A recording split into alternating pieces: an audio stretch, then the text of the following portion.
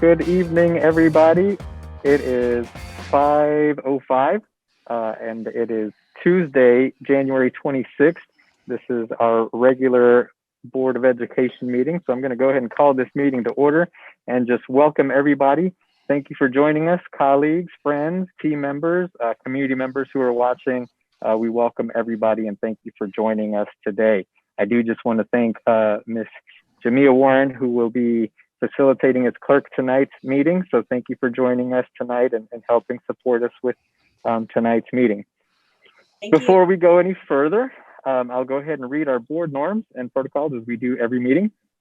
As a board, we agree to respect the differences of opinions in making decisions for the district, to follow best practices in managing the superintendent and the management of the board itself, to stay on task when conducting business for the district, including while at board meetings, to never surprise the superintendent or each other when conducting official business of the district, to read these norms at the beginning of each board meeting and at board workshops as a reminder of how to conduct our meetings, and to continually self-check to determine if we are following our norms when conducting district business.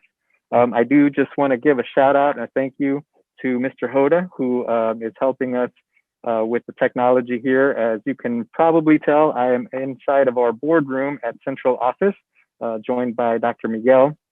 And so we just wanted to try and see how we could make this work if and when we do begin having in-person or hybrid board meetings. So we're taking a step closer to doing that as well. So I just want to say thank you to Mr. Hoda and his team for helping us with that.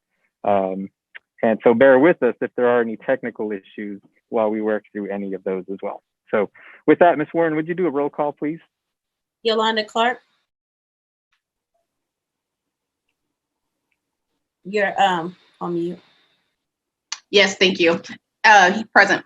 Maxine Drew. Maxine Drew, present. Janie Humphreys. Janie Humphreys, present. Randy Lopez. Randy Lopez, present. Wanda Brownlee Page. Wanda Brownlee Page, present. Dr. Valdenia Nguyen.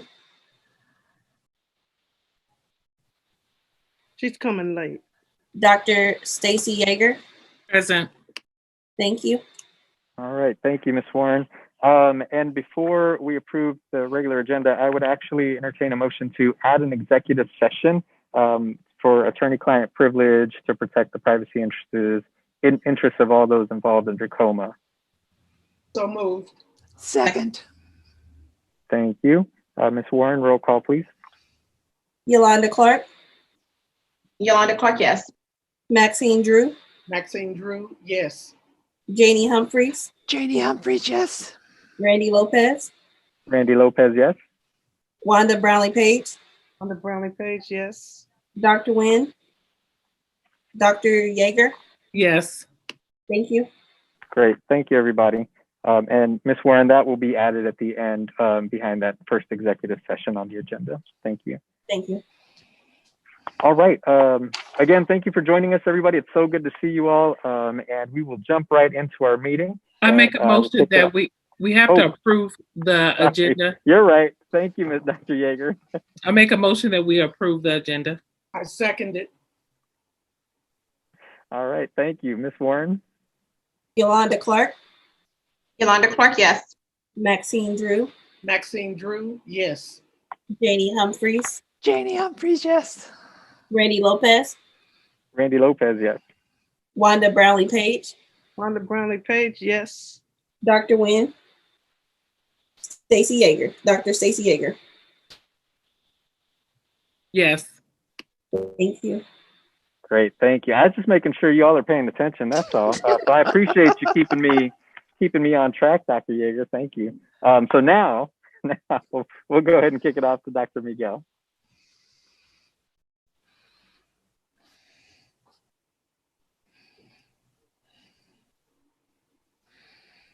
And you guys missed that. I was saying I'm not only paying attention, but I can hear President Lopez twice, everything he says because of the audio setup here. So I will get everything that you say today. Good evening, everyone. The first item on our agenda is Student of the Month. Mr. Linkos, would you present that, please?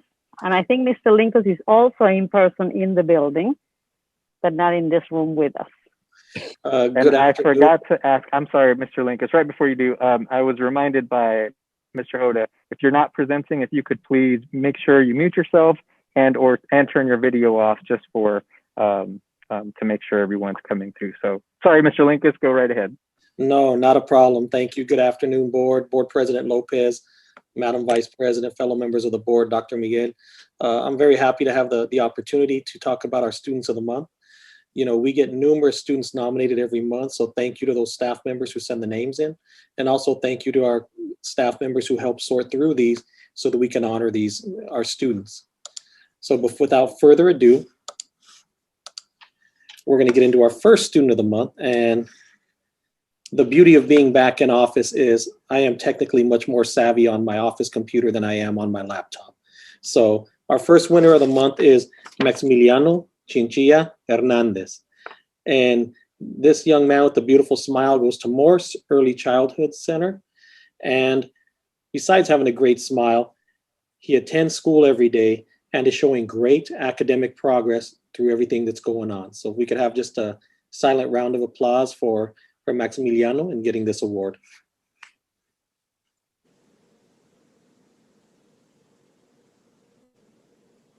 Our second winner from the elementary is from Lindbergh Elementary, and she is in kindergartner, and this is Sofia Romo.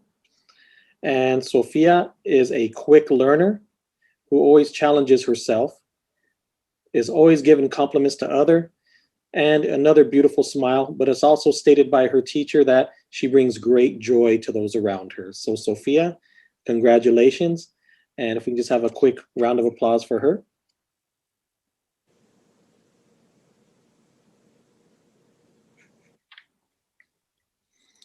The middle school winner this month is Miranda Ramos de la Rosa. She's a 7th grader from Argentine Middle School. Miranda is polite, stays after class to complete her assignments, and also does the extra work of using guiding questions to help her peers learn their material. So Miranda, thank you, congratulations, and thanks for the great work for yourself and also with your peers. If we could give her that silent round. And lastly, back to the high school, we have Christian Murillo. He's a senior at Wyandotte High School, and he was nominated due to these 3 adjectives: cheerful, tenacious, and curious. And due to these 3 words, he is able to gain new knowledge. Felicidades, Christian, congratulations. And those are our Students of the Month. Thank you to our Board of Education, staff of KCKPS, as we look forward to our next Students of the Month. And thank you, Board President Lopez. I saw the applause and the snap, so we got a double. And we look forward to our winners for next month. Thank you.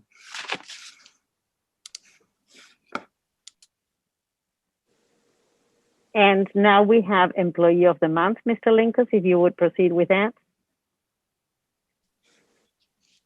I do not have the Employee of the Month. That's usually HR. Yeah. But, I Anna, have it. yeah, Anna. Go ahead, Anna. Thank you. Let me share my screen real quick.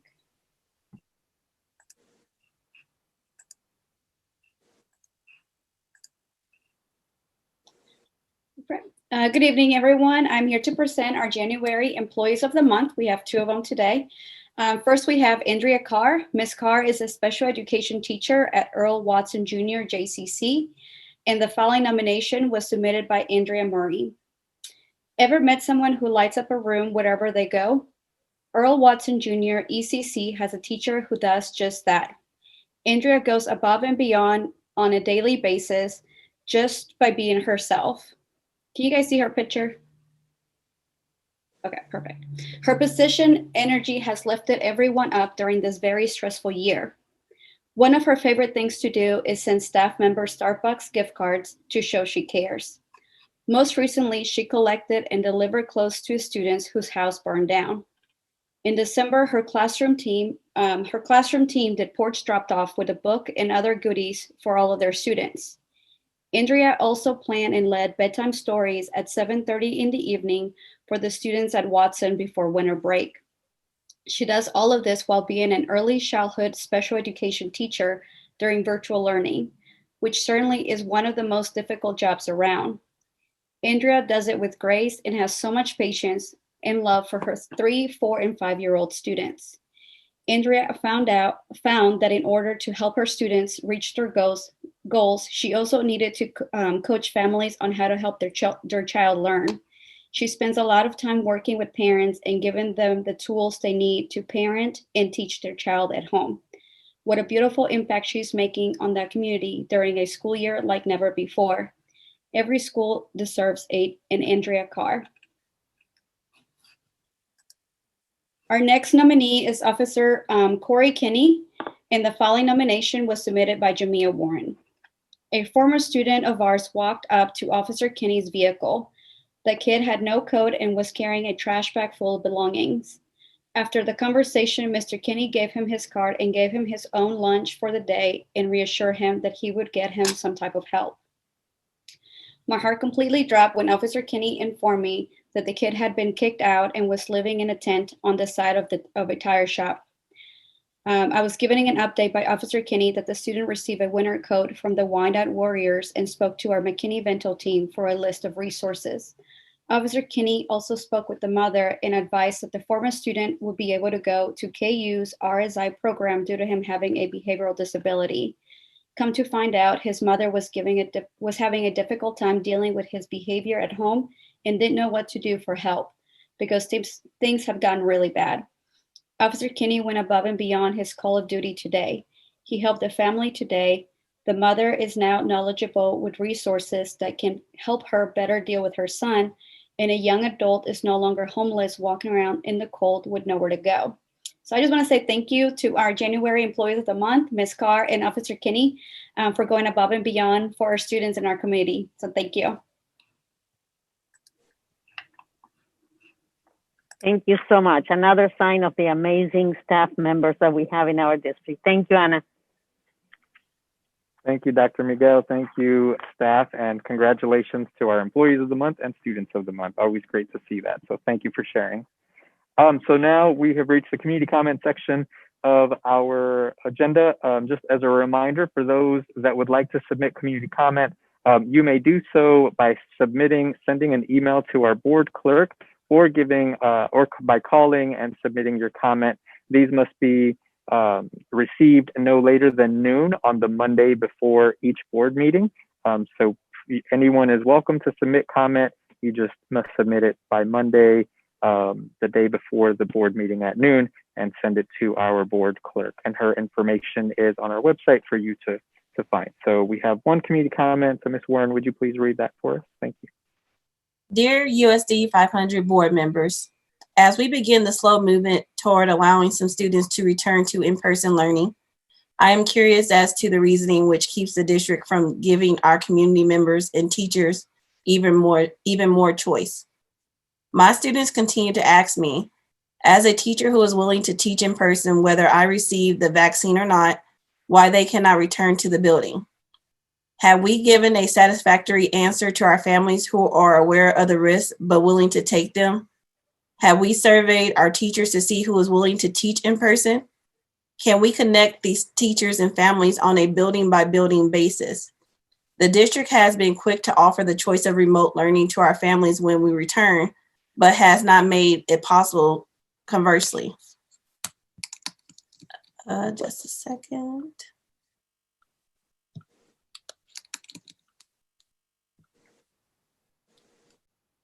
Sorry, hold on. What can the district offer so as not to keep at least some students and teachers from being able to connect more effectively? Surely measures could be taken even if mean signing waivers. I have observed all school year as my students endeavor to learn.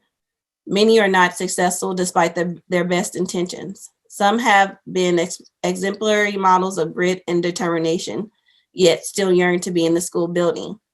These students appear to be last in line to be able to come back, even though they have worked incredibly hard in a non-conductive learning environment. I recognize these are complex decisions, but I haven't heard my questions addressed specifically in the board meetings and district communications I have seen. Thank you for your attention to these ideas and your service to our community.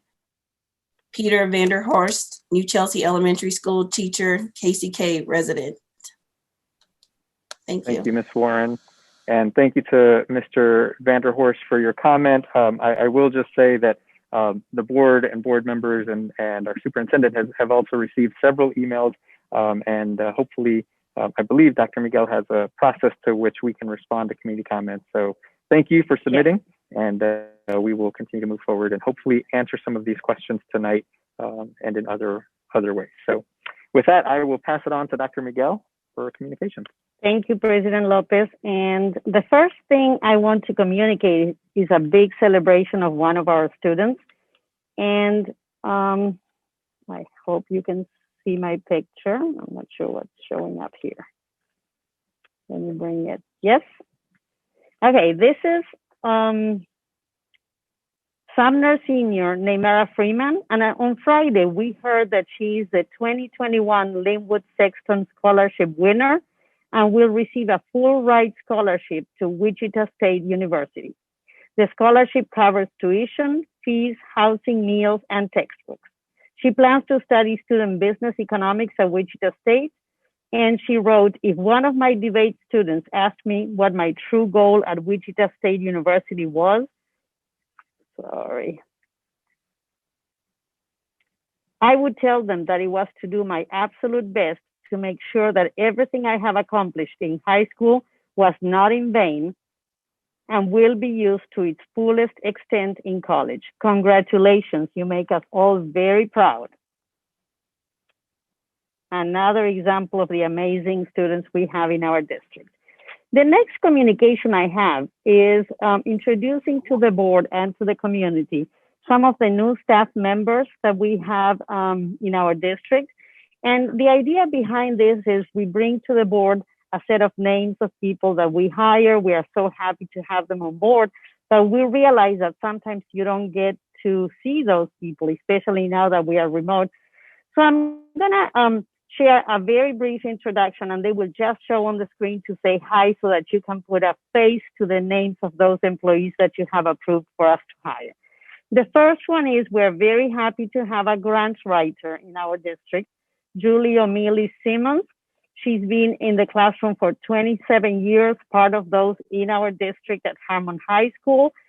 She was also a freelance grant writer. And now we are very happy to say she's returning to the field of education and to our district to bring all of her strengths and to use her skills to help us with grants. So Ms. O'Mealy Simmons, if you could say hi so that your face shows on the Zoom. Hello, it's wonderful to be back in KCKPS. We can't hear you. Oh, can you hear me now? It's wonderful to be back in KCKPS. Thank you for the opportunity to say hello tonight. Thank you and welcome to Kansas City, Kansas Public Schools. The next one is somebody who's coming back to us, and we're so excited that she's coming back to us. This is Tierra Chapman, and she's been born and raised in KCK, range of experiences as a paraeducator, substitute, general education teacher, STAR teacher 2018. She left us for a very little while and realized this is the best district to be in, so she came back to us. Tierra Chapman, she comes as a special education teacher leader. Tierra, can you say hi to the board and the community? Good afternoon, everyone. Happy to be back. Thank you so much to the board and Dr. Miguel for the wonderful introduction. Thank you so much for coming back to us.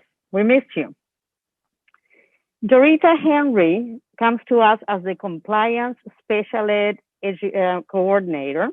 She was born and raised in Kansas City, Kansas, graduated from Wyandotte High School, and is coming back to us and is very excited to be back home.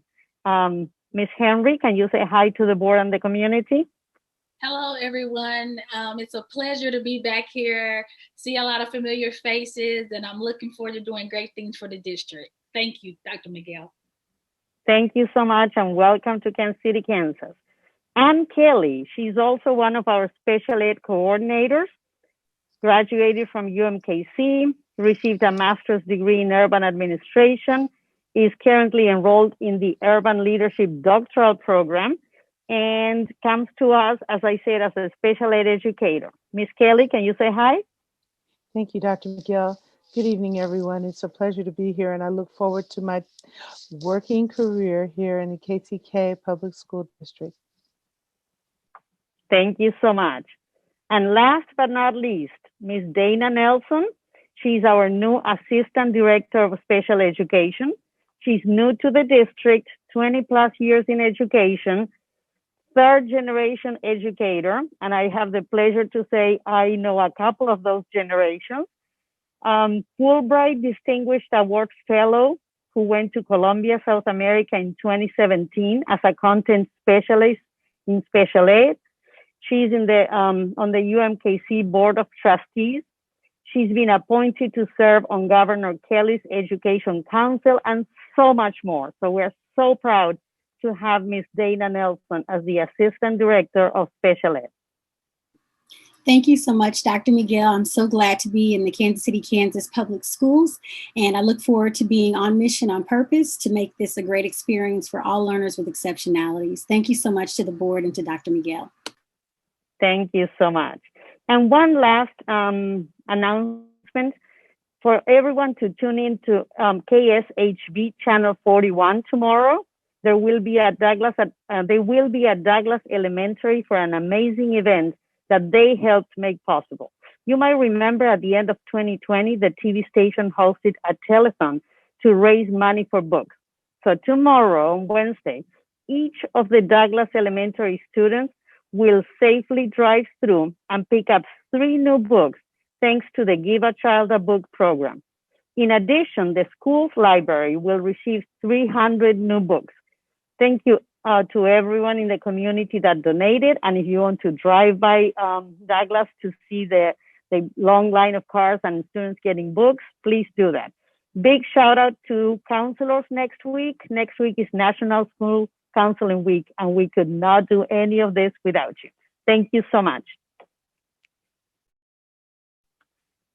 Great. Thank you, Dr. Miguel, and welcome to all of our newest members of our family. We're so glad to have you, and congratulations. Looking forward to working with you. Just a few things. I'm sorry.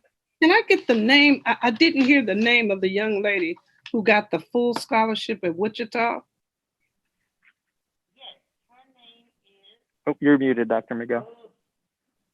You're going to say that a lot today. Her name is Neymara Freeman, and she's a senior at Sumner. Thank you. You're very welcome.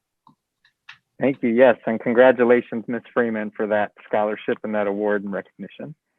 Just a few things to share from my end. I do just want to remind folks that this Thursday evening at 5 p.m. is our Enough is Enough Town Hall community meeting. As you recall, we've lost way too many students due to gun violence and other forms this calendar year and school year. So this community meeting is to talk about how we can work to resolve some of these issues and bring solutions to that in partnership with our police force, the Kansas City, Kansas Police Department, and community members. So please look at our website for more information. That's this Thursday, the 28th at 5 p.m., I believe. Also, just want to give a shout out and thank you to all of those who are working the Harvesters food distribution at Wyandotte High School. It was moved from today and will be happening on Friday, I believe, due to the weather. So we just want to give a shout out to those volunteers, our staff who are working that to make sure that our families have the produce and food that they need. I also, again, just, I mentioned emails that board members have received. I do just want to acknowledge that we have received several emails, and while we may not have responded to all of them just yet, please know that we are receiving them, we are reading them. I don't want folks to feel like they're just falling into an abyss somewhere. So please know that your voices matter, and we appreciate and value whenever you do send us some written correspondence, whether it's email or letters or in any other form. So thank you for sending those, and hopefully we can respond and get some information to you regardless of the topic. With that, I think that's all I had, but I'm going to ask Ms. Drew. I think Ms. Drew has something she wanted to share with us today. Thank you, Mr. Lopez. Just wanted to let everyone know that at our last board meeting, I was selected as the KASB delegate to represent our district, and we did meet on January the 21st. We approved public policy positions aimed at helping our Kansas students to succeed. And there's a wide range of things that we did cover relating to federal, state, and local initiatives. And board members, you were given the information through email by Mr. Goheen. And so therefore we met and then we did approve it. It's meant to be able to help the school boards to carry out their duties and to ensure that schools are properly funded, operating safely, and guaranteeing that students are going to be successful in their quality of gaining a good education. And so we will be meeting later, and as we continue to meet, I will be bringing updated information so that you will know. Thank you. Thank you, Ms. Drew, for representing the district and our community in such fashion. So we appreciate you. So with that, I will pass it on to Dr. Miguel with our library. Make sure I'm not muted. We ask the board to accept as an informational item the Turner Quarterly Report as submitted by Ms. Carol Levers, Director of Libraries.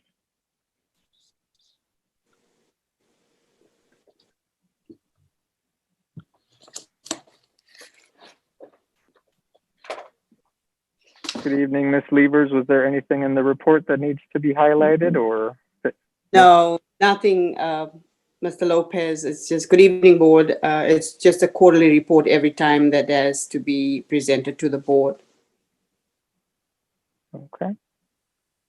Thank you, Ms. Levers. And can I make a clarification? I'm sorry, you have to vote. Go ahead. I make a motion that we accept the Turner Quarterly Report. Second. Thank you. Ms. Warren, roll call, please. Yolanda Clark. Yolanda Clark, yes. Maxine Drew. Maxine Drew, yes. Janie Humphreys. Janie Humphreys, yes. Wanda Brownlee Page. Wanda Brownlee Page, yes. Dr. Valdinia Nguyen. Dr. Stacy Yeager. Yes. Thank you. And Randy, yes. Oh, sorry. Can I add something before you go on? Please. I just got clarification that the Douglas event, the drive-through to get a book has been moved to Friday due to the weather. So my apologies. Not tomorrow, it's Friday. What time will Thank that you. be happening?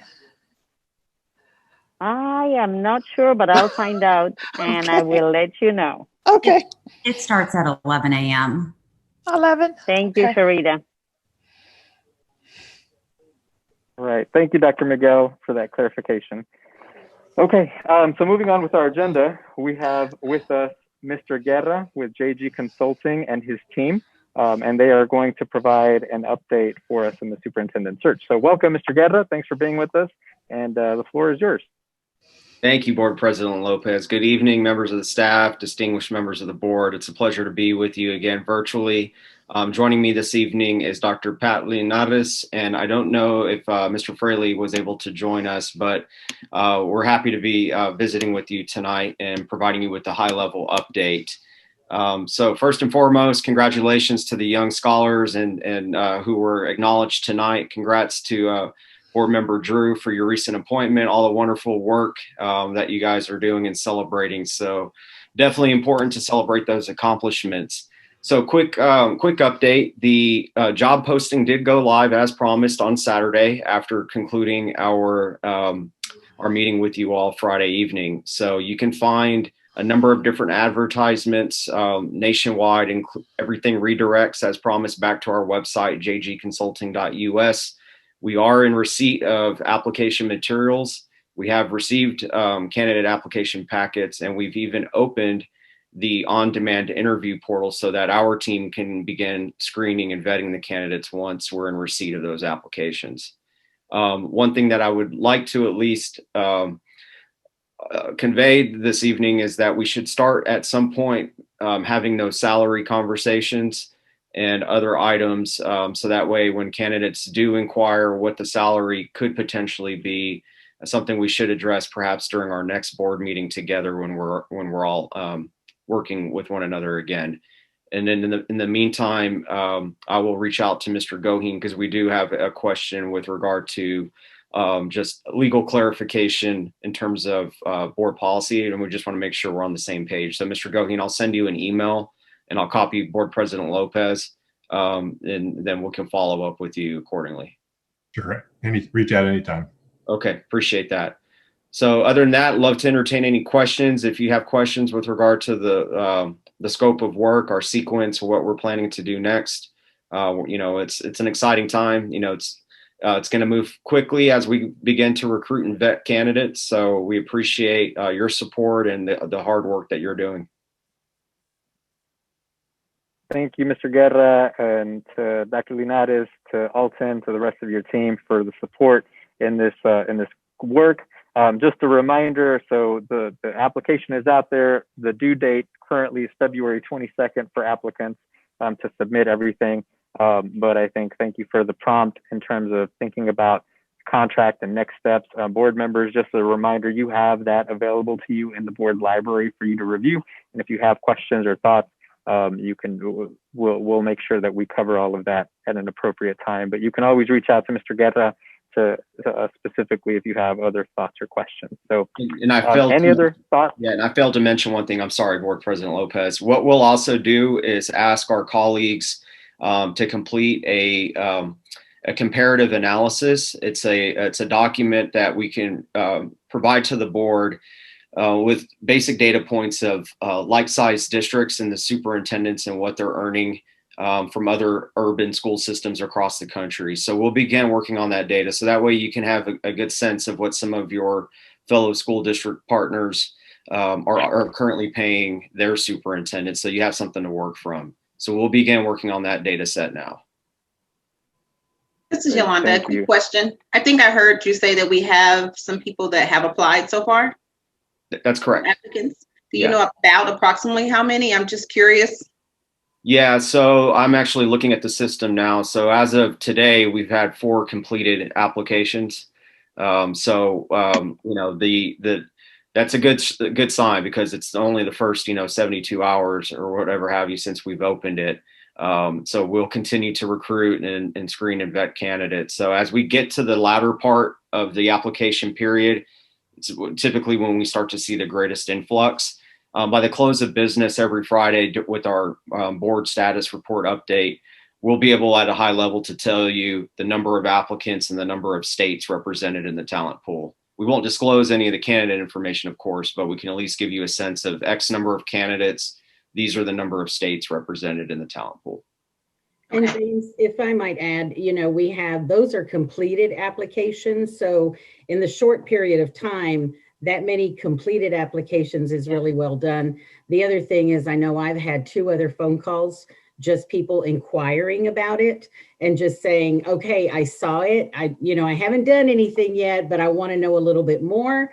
So I know the interest is out there. They're calling. They still have to do the paperwork associated with it. But I see that as a very, very good start. To have it out. It was really Saturday. And here we are, Tuesday, and we already have some that have actually completed it. So it's a good sign. It really is. And I'm happy for you, but they are calling about it as well. Okay, that's what I was kind of wondering, is how things trend typically as well. If you see a huge influx in the very beginning and things kind of die down. So thank you. Great question. To Pat's point, the amount of paperwork and the forms that we require, the letters of interest, the resumes, the academic transcripts, getting the academic transcripts and verifying academic eligibility, that takes time, especially if the candidates don't have that on record. You have to request that through their university systems. And if they have a doctoral degree, their master's and their bachelor's, that's 3 sets of information. So it takes a little bit of time to put those together. But to Dr. Linares' point, we're speaking with candidates on a regular basis. In fact, I was speaking as an invited guest at a superintendent's institute here in the Austin area over the weekend. And we were talking about this position in particular. And so there's some strong, genuine interest. So we'll continue to screen and vet. We'll provide you with those weekly updates. I'll work with Mr. Goheen on some of the legalities of what we're able to do by way of some of the contractual components. So that'll be our next follow-up. But in the interim, until next Friday, this Friday, if you need anything, like always, please don't hesitate to reach out to us. We welcome your calls, your input and feedback. And if you need anything in particular, I'll serve as your primary point of contact, and I'll keep Dr. Linares and Mr. Fraley up to speed. And if I may just also to Ms. Clark, I just want to say that the trend usually is that it's slower in the beginning. And Okay. as you get closer to the deadline, you start getting more in. So I would really, some people are like, oh, we didn't get that many. And then there's a huge influx at the end. Okay. So, we will keep you updated. James will send the communication and we'll keep you updated as to how we're doing. But it's pretty exciting. It really is. I think people are getting excited about it. And I think that, going to the Super Bowl didn't hurt, Yeah. So I do have one more question, and I think we've talked about this before, so forgive me. I just want to, so no applicant is closed out until the final, or regretted until the final process. So we go through the entire process. All applications remain open until the end. That's correct. Okay. Thank you. Thank you, James. Any other questions from board members while we have James and Dr. Linares with us? Okay. If not, thank you both so much. We look forward to continued updates, and please reach out if you have other questions or need something from us. We're always available. Yep. Thank you, everyone. Have a great night. Stay safe. Thank you. Take care. Thank you. Okay. And Dr. Miguel, before we continue on, just a point of clarification on the agenda. We're actually going to invite Mr. Anderson and Mr. DeRosa to present the calendar as the next agenda item. So board members, that is agenda item C, will now be presented. Good evening, Mr. Lopez, President Lopez, Vice President Wanda Brownlee-Page, board members, and Dr. Miguel. We're excited to bring to you tonight our amended calendar for next school year, as well as our proposed calendar for the 22-23 school year. It's kind of crazy that we're already talking about 22 and 23, but we are excited that we actually have a calendar ready to bring to you tonight. So let me share my screen here with you all. Tonight, I have with me Mr. Dominic DeRosa, who is our KCK NEA president, as we were the leaders of the calendar committee group that came together over the course of since August when we amended this year's calendar. And we just ended our last meeting last Thursday. So I would love to give them a shout out. Thank you so much for all that you guys are doing. It was a lot of work, but it was good work for the system. So just as a reminder to the board, there is a Kansas statute that requires the Board of Education to adopt a school calendar that meets the minimum requirement of seat hours for our students at seniors. It's 1,086. And for our K through 11th graders, it is 1,116. And then the statute also requires that the Board of Education designate inclement weather days for makeup on their school calendar. So tonight we're going to show you just a few of the things that we have.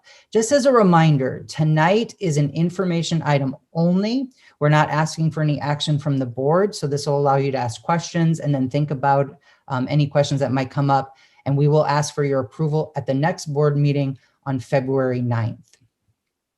So we're going to break it up into two sections. First, we're going to talk about the amended 2021-2022 calendar, because this was previously approved back in January of 2020. And so we want to make sure that you see two separate items so we can really think about the two calendars. So next, I'm going to have Mr. DeRosa begin by talking about our calendar committee process. Thank you, Mr. Anderson.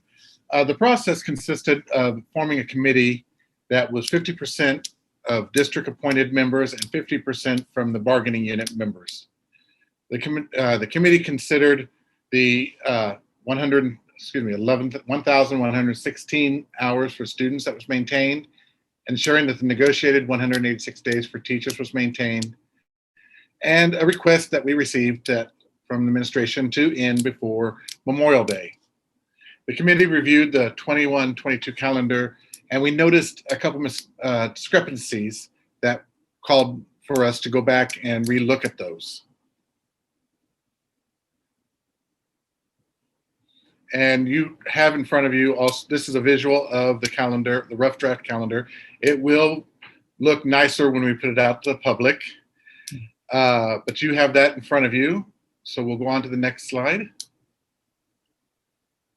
And some of the highlights of the 21-22 calendar, you can see there in the second column is what was previously approved last January.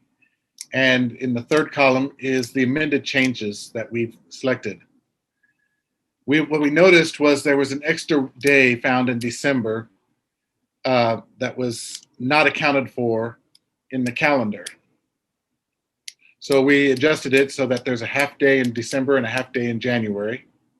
We added an extra day at the beginning of the year to allow the staggered start for our K through 5, 6, and 9, which is similar to what we've done in the past.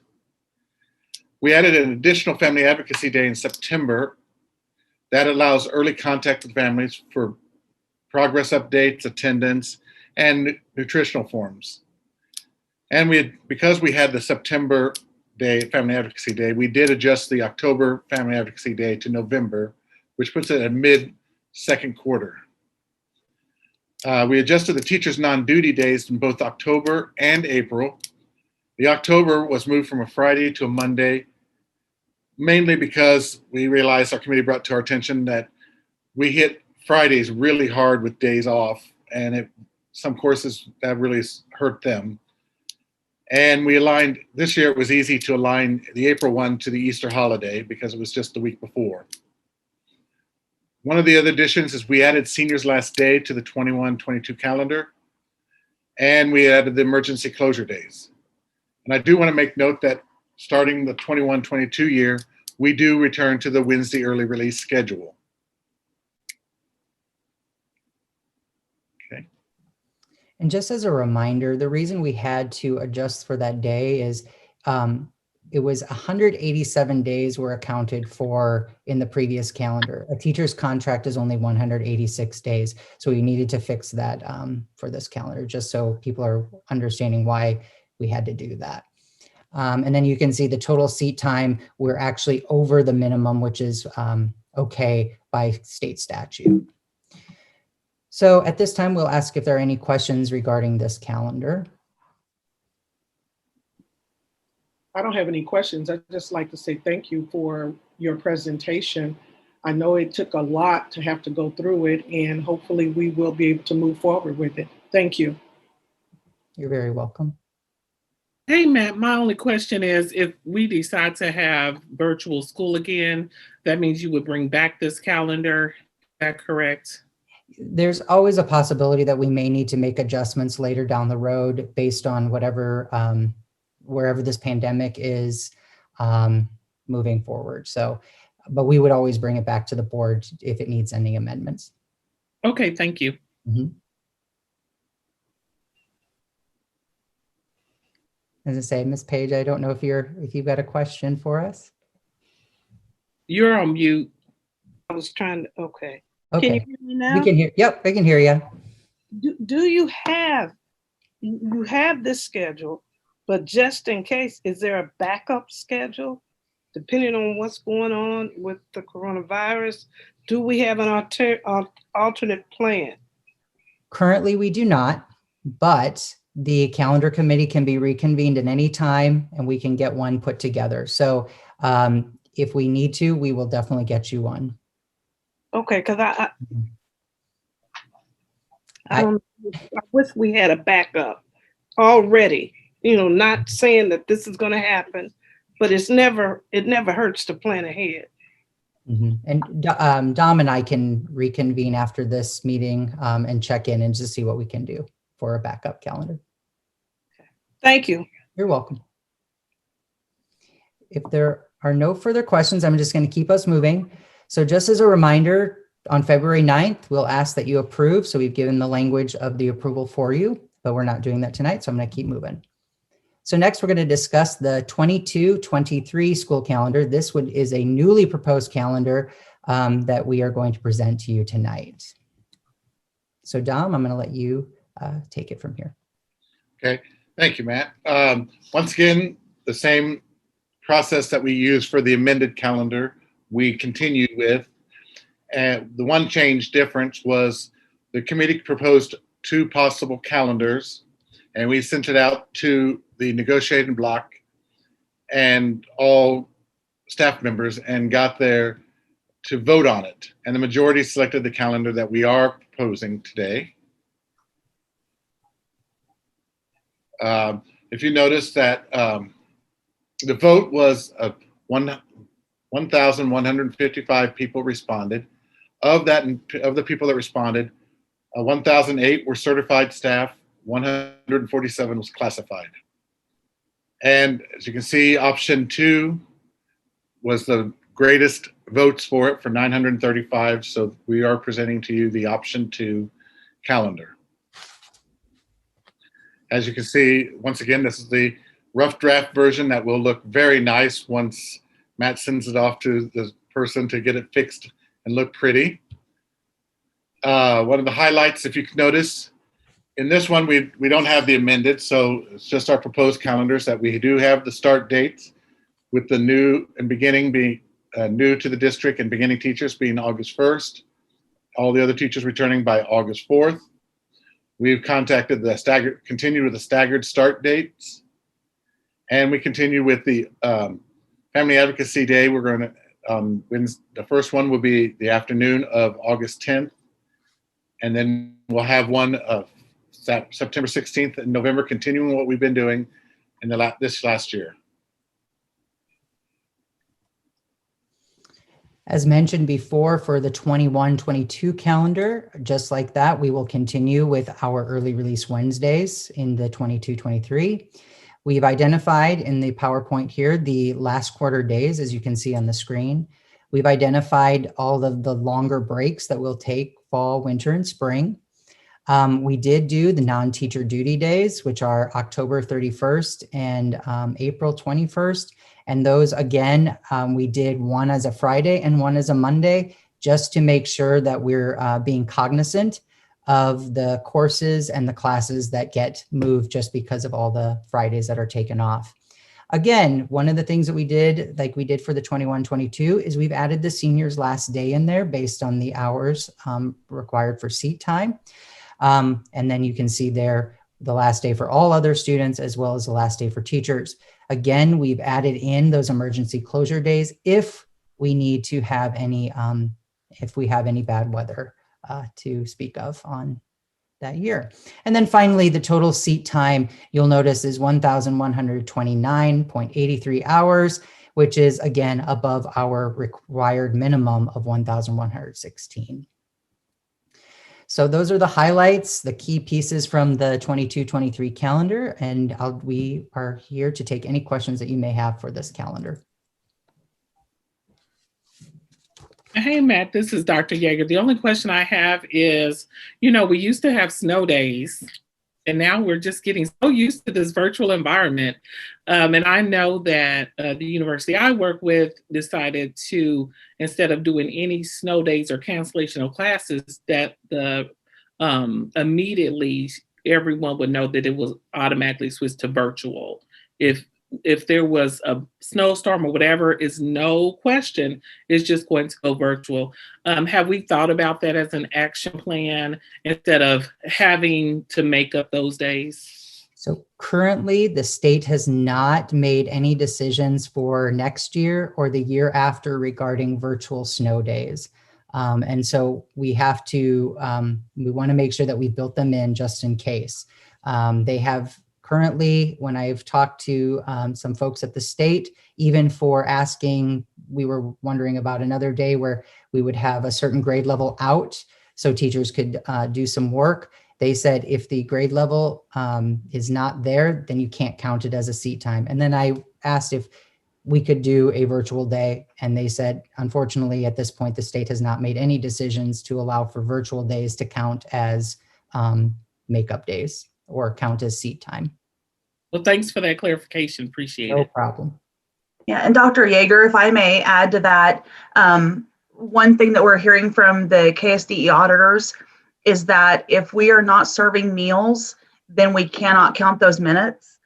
So I think that they're just trying to prevent everybody from closing, saying we're going to do remote learning at the drop of a hat or a little bit of a snowstorm. So we've been having a lot of plans around how we can develop meal service to kids if that happens. But if you recall, if we designate inclement weather days, then once we use those, the state will then forgive that same number of days. So if we, add 4 into the calendar, we can have 8 days without education without having to make up that time. So those are things that we're considering going forward just in this environment. Thank you, Tracy. I appreciate the extra clarification. Any other questions? Can we go back and I just want to make sure, can we go back to Mrs. Page's question about the alternative schedule? I missed it. I missed what the second calendar was for, not schedule, calendar. Oh, and let me just make sure I'm understanding. So Ms. Page was asking if we have a backup plan for next year's calendar, if for some reason we are back in a remote learning setting, and would it require us to make any adjustments to our calendar? Currently, we do not have a backup calendar created. It's just the one that you've seen for the amended 21-22 calendar. Does that answer your question? Yes, it does. That's what I was trying to get clarification for, but we don't have anything for next year at this point. I mean, anything meaning we don't have clarification as far as what next year will look like at all at this point, right? From the state, no, we do not. No, right now they're saying that we'll be back in as normal, and if anything changes from now until then, we'll keep you posted. Okay, I just wanted to clarify, so I didn't miss anything there. So the calendar probably would come along with whatever changes come along. Yes. Mm-hmm. Thank you, Ms. Clark.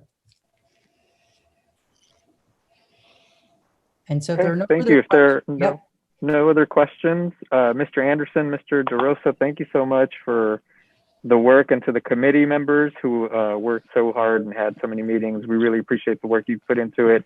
Knowing that we're in this uncertain time still, so we appreciate your work, Mr. Anderson, Mr. DeRosa. Please relay our thanks to the committee members as well, and to your team. So thank you. And as a reminder to the board, this will come at our next board meeting, February 9th, for approval. And just to join you in saying thank you, because I know the countless hours that they have put into this. It's intense work. So we appreciate it that you have taken the lead on this, Mr. Anderson, Mr. DeRosa. Thank you. So the next item is the Community That Cares survey. And I would like to invite Ms. Lisa Garcia-Stewart to present an informational report on the Kansas City Communities That Care survey. Thank you, President Lopez, Vice President Melanie Page. You're muted. Dr. Miguel, can you hear me? Okay. Thank you. I'm actually going to invite Tracy Chauvin and Darren Kennedy, and it's my pleasure to introduce Tracy Chauvin to you. She is also new to the district, new to my team of student services, new to the position as social emotional learning coordinator.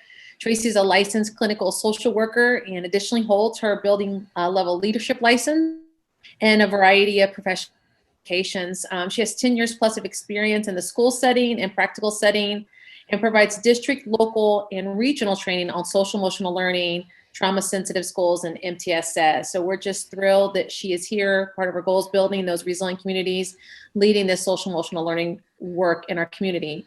So she's going to share with you this evening about the Kansas Communities That Care survey that we've been doing in our district for some time, along with a community partner, Darren Kennedy, that is involved in Life Recovery Coalition that leverages this funding for programs in our district by utilizing this data. So following Tracy, he will also just share why that's so important when we think about this collective responsibility in our community. So we'll first start with Tracy. We're glad she's here and a part of our district. Tracy? Thank you guys so much for having me. I appreciate your time and everybody's attention as we learn about the Kansas Communities That Care survey. So what is the KCTC? I want to give some background on what the KCTC is. Most simply, it's a survey that allows us to hear the voice of our students. It gives us insight and information about a variety of really rich topics related to what's happening in our students' lives right now. It provides us with information about our students, risk and protective factors that influence their behavior, attitudes, and opinions around things such as drugs, alcohol, and tobacco use, community and peer relationships, and school as well. And so what does the KCTC cover? The KCTC covers a variety of factors. Our health risk behaviors, such as violence, alcohol, tobacco, and other drug use that can result in injury or impede development. The district level measures of our social emotional character development standards. It also gives us information on local baseline data related to self-reported, which means these students tell us about it, depression and suicide, which helps us with planning prevention. Additionally, it also helps us identify risk and protective factors, what we're doing really, really well as a system and as a larger community, and things that we could really hone in on and shore up those processes. So, Lisa mentioned some of the rich history that we have with the KCTC survey. The KCTC survey has been around for approximately 25 years, and we have participated in it since 2007, so quite a few years, more than 15. I'm not a mather, but a really long time. And since we participated in this survey since 2007, we've been given the opportunity to have really focused planning around that data. We have rich insights that we're able to plan prevention activities within our school communities and partner with community partners such as Darren, who's going to speak, so that we can help build resilience within our families and within our students' lives. It also gives us data that provides a standard measure. This survey is given across to students in 6th, 8th, 10th, and 12th grade across the state. And so we're able to have baseline data for our targeted interventions, for our school improvement plans, for our district improvement plans, as well as be able to create data for the buildings to be able to do their interventions around. And then there's also a really big community impact. We're able to apply for grants in some of our programs, such as Kids Zones. We're able to work with community partners, such as Big Brothers, Big Sisters, Boys and Girls Clubs, and they're able to use this data as well for their funding opportunities. They count on this annual survey data to apply for and evaluate their grant funding. And so this survey both directly and indirectly affects our entire community in that way.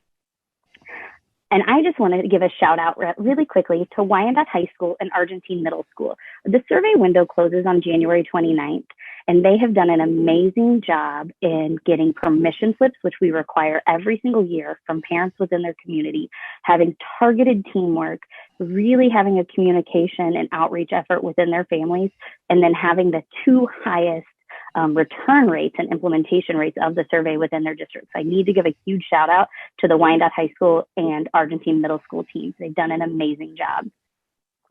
And just a reminder for all of our buildings out there, the current window does close on the 29th. So if we have students who haven't yet taken the survey, we would really like to.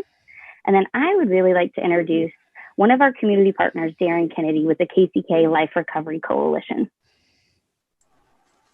Oh, thank you, Tracy. I really appreciate it. Can you guys hear me? Very good.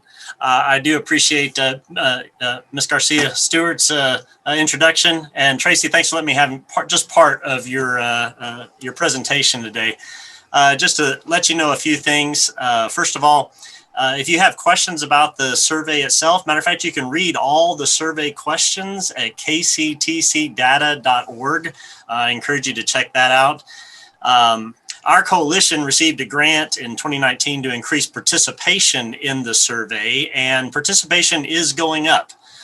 We went from sort of the high 20% to now the low 40%. And we did that through advocating with the principals last year. And we also promised them some awards, which we haven't been able to give yet because of the COVID situation. So just to say, this week they will be getting in the mail some of our awards, both a cash card and a certificate of appreciation for getting their numbers up. The reason we're bringing this before the board, I think, is because we need it to be even higher. Those who run the KCTC survey consider 60% to be statistically significant. So we still have a ways to go. And so we really would enjoy more incentive and leadership from the administration and from the school board, and to get with our principals to say, let's get these numbers up because it's such an effective tool for our community. I just want to use our coalition, for example. Because of the data, we formed a youth substance abuse prevention action team.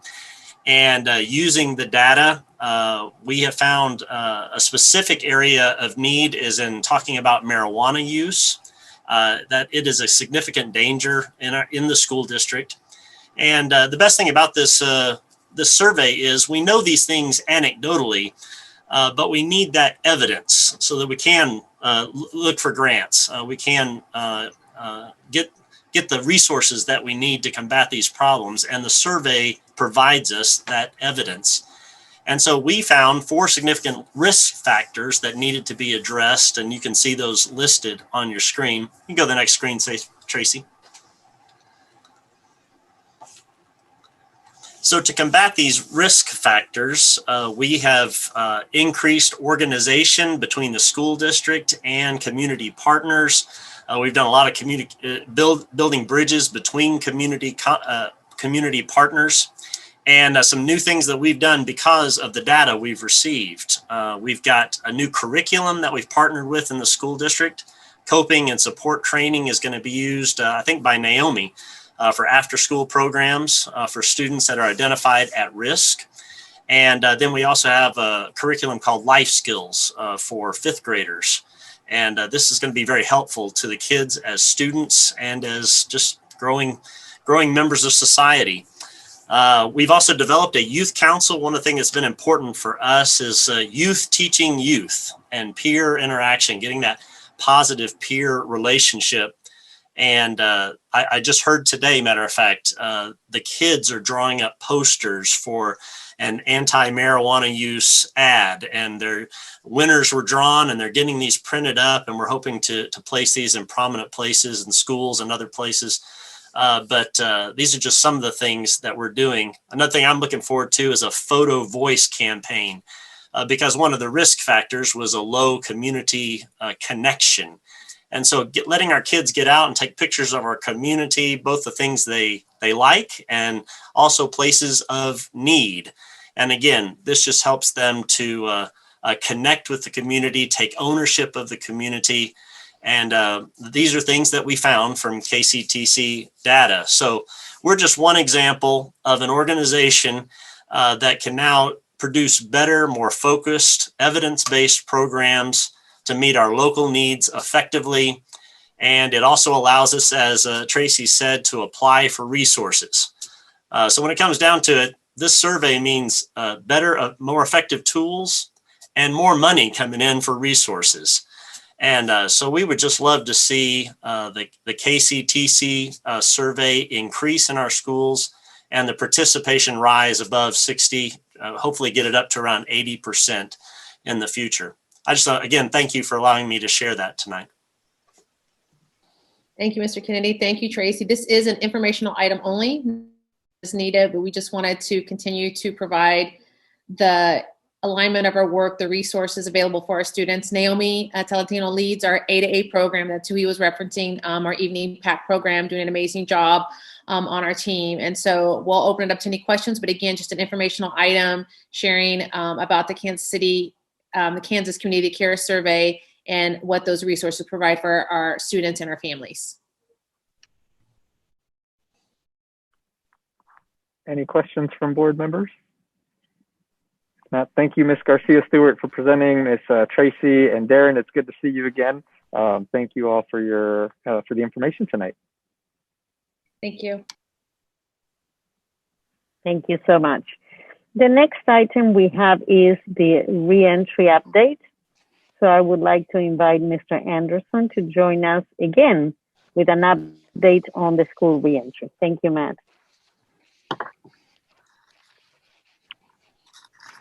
You're muted, Matt. Sorry, thanks. I'm just going to keep talking and we'll see if we can. No. So I'll restart. Good evening again. President Lopez, Vice President Brownlee-Page, board members, and Dr. Miguel. Again, tonight we're going to bring you just some information about our reentry update, and you're going to be hearing from a variety of folks giving you some information on where we are and our next steps moving forward. So once the presentation is done, then we're going to take any questions that you may have. So we'll get through the whole presentation and then we'll take some questions from you all. So just a reminder, we are bringing students back in on February 22nd. However, based on feedback that we are receiving from our staff, our teachers, our principals, and just community members in general, we're hearing a lot of feedback around how this previous plan that we presented to you is causing some disruption in children's teacher who they would have if they were to come back in person, that they're also finding that this is really disrupting our teachers' rosters, and that if we were to come back in April, we may have students that have had up to 3 different teachers, and then teachers may have had up to 2 or 3 different classes. And so as not to make this as disruptive as that would have done, we are making an update. And so Dr. Miguel shared with you on Friday the guidance that we provided to some of our buildings.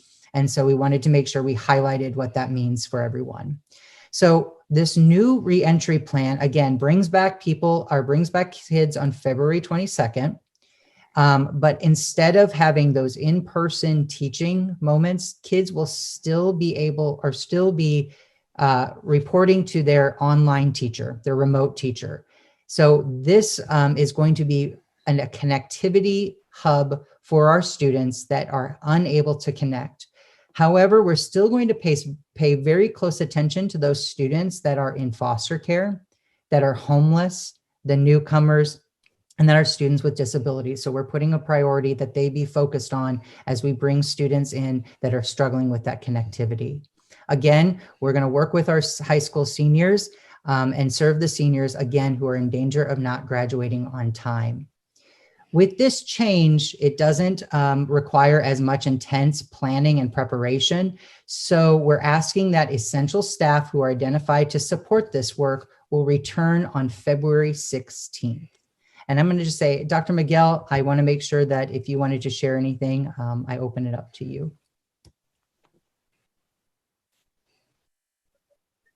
Say anything? I think, Matt, you captured the essence of what we planned. I want to highlight we are still bringing in the students who haven't connected or who have had a lot of challenges with connectivity.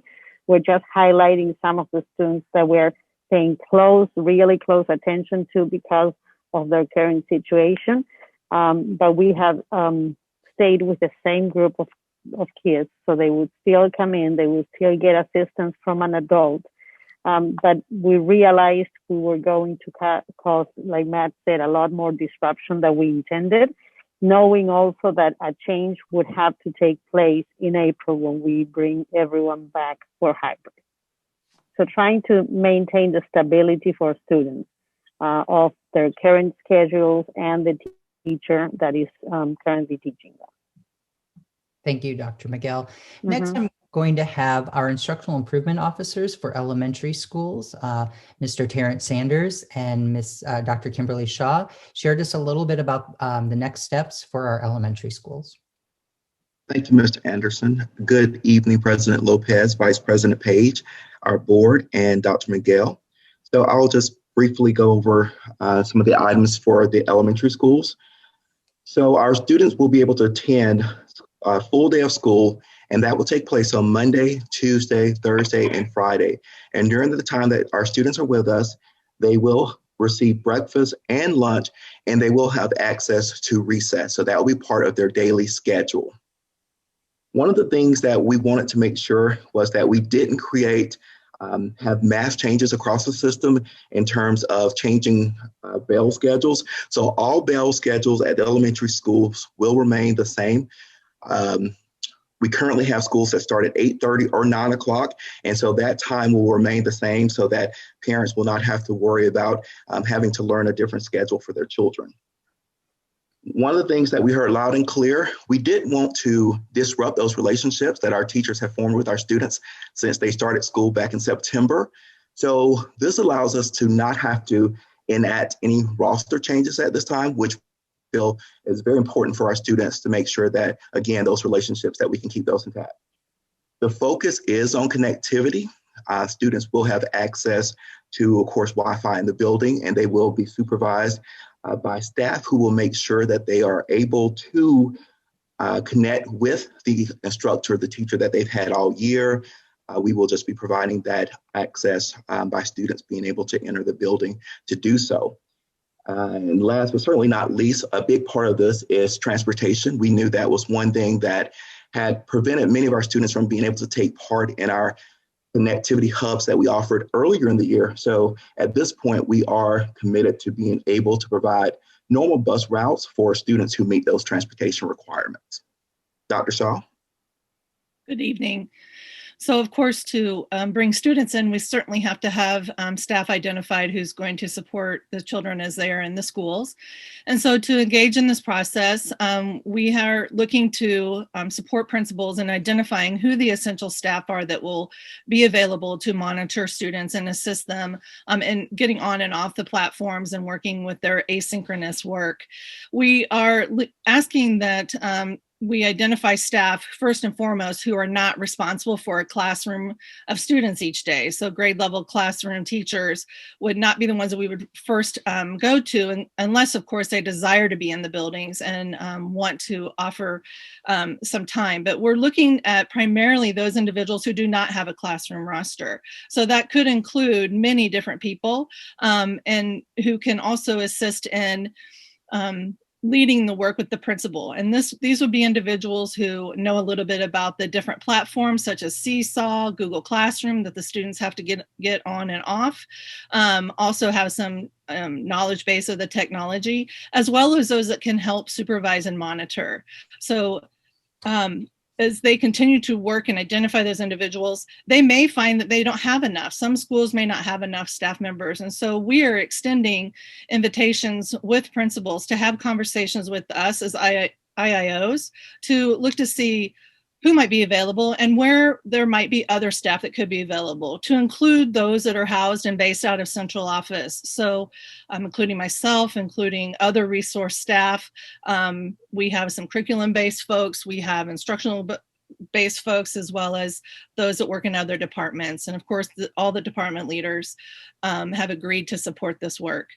As those staff are identified, the Human Resources Department will be providing a letter to the principals to use to provide to those essential staff members, letting them know that we need you to come and back to the building to support this work. Staff, of course, have that opportunity to submit an accommodation request if they haven't up to this point, in case things have changed for them. And those will then continue to be reviewed by Human Resources. Human Resources is also working to identify substitutes that might be interested in coming and supporting the schools and students throughout the school day. And of course, we'll need nurses on site. So we know Elizabeth is working through that process to ensure that we will have nurses to support both the health of staff and students. Thank you, Mr. Sanders and Dr. Shaw. Next, we're going to have Dr. Troy Pitch, our instructional improvement officers for high schools, give you an update on where we are with our high school reentry. Good evening, everyone, and thank you for the opportunity to share the work going on at our schools during this initial reentry phase. High schools have been given the opportunity to focus on our seniors to ensure that we keep them on track to graduate in May. Campuses have moved forward with identifying seniors who are in danger of not graduating based on current course grades and their cumulative credits earned. Students and their families are being contacted by their home campus in order to create individualized plans of recovery where they will attend in-person instruction in areas of need beginning on February 22nd. The amount of in-person time each student will receive is based on the level of support they may need to get back on track.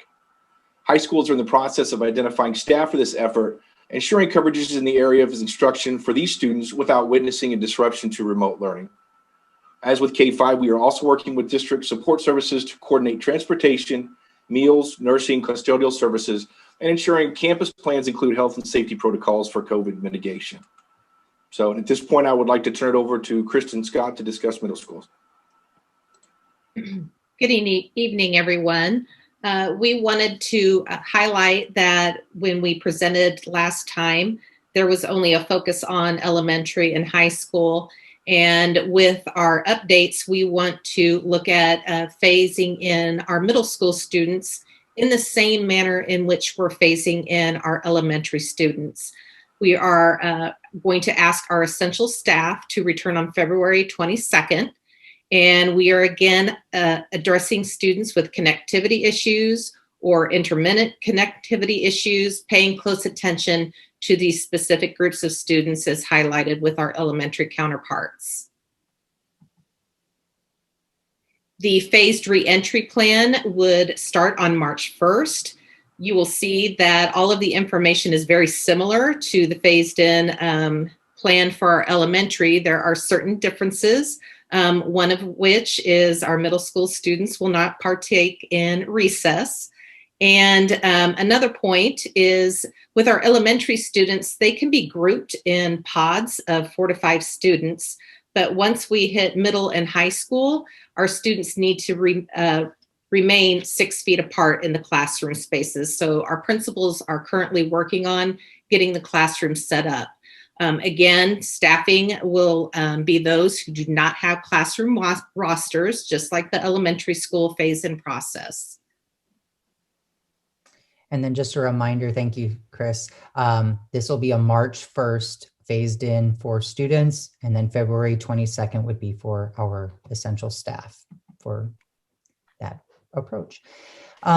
Just wanted to remind the board that we do have mandatory in-person assessments that we are required by federal and state requirements.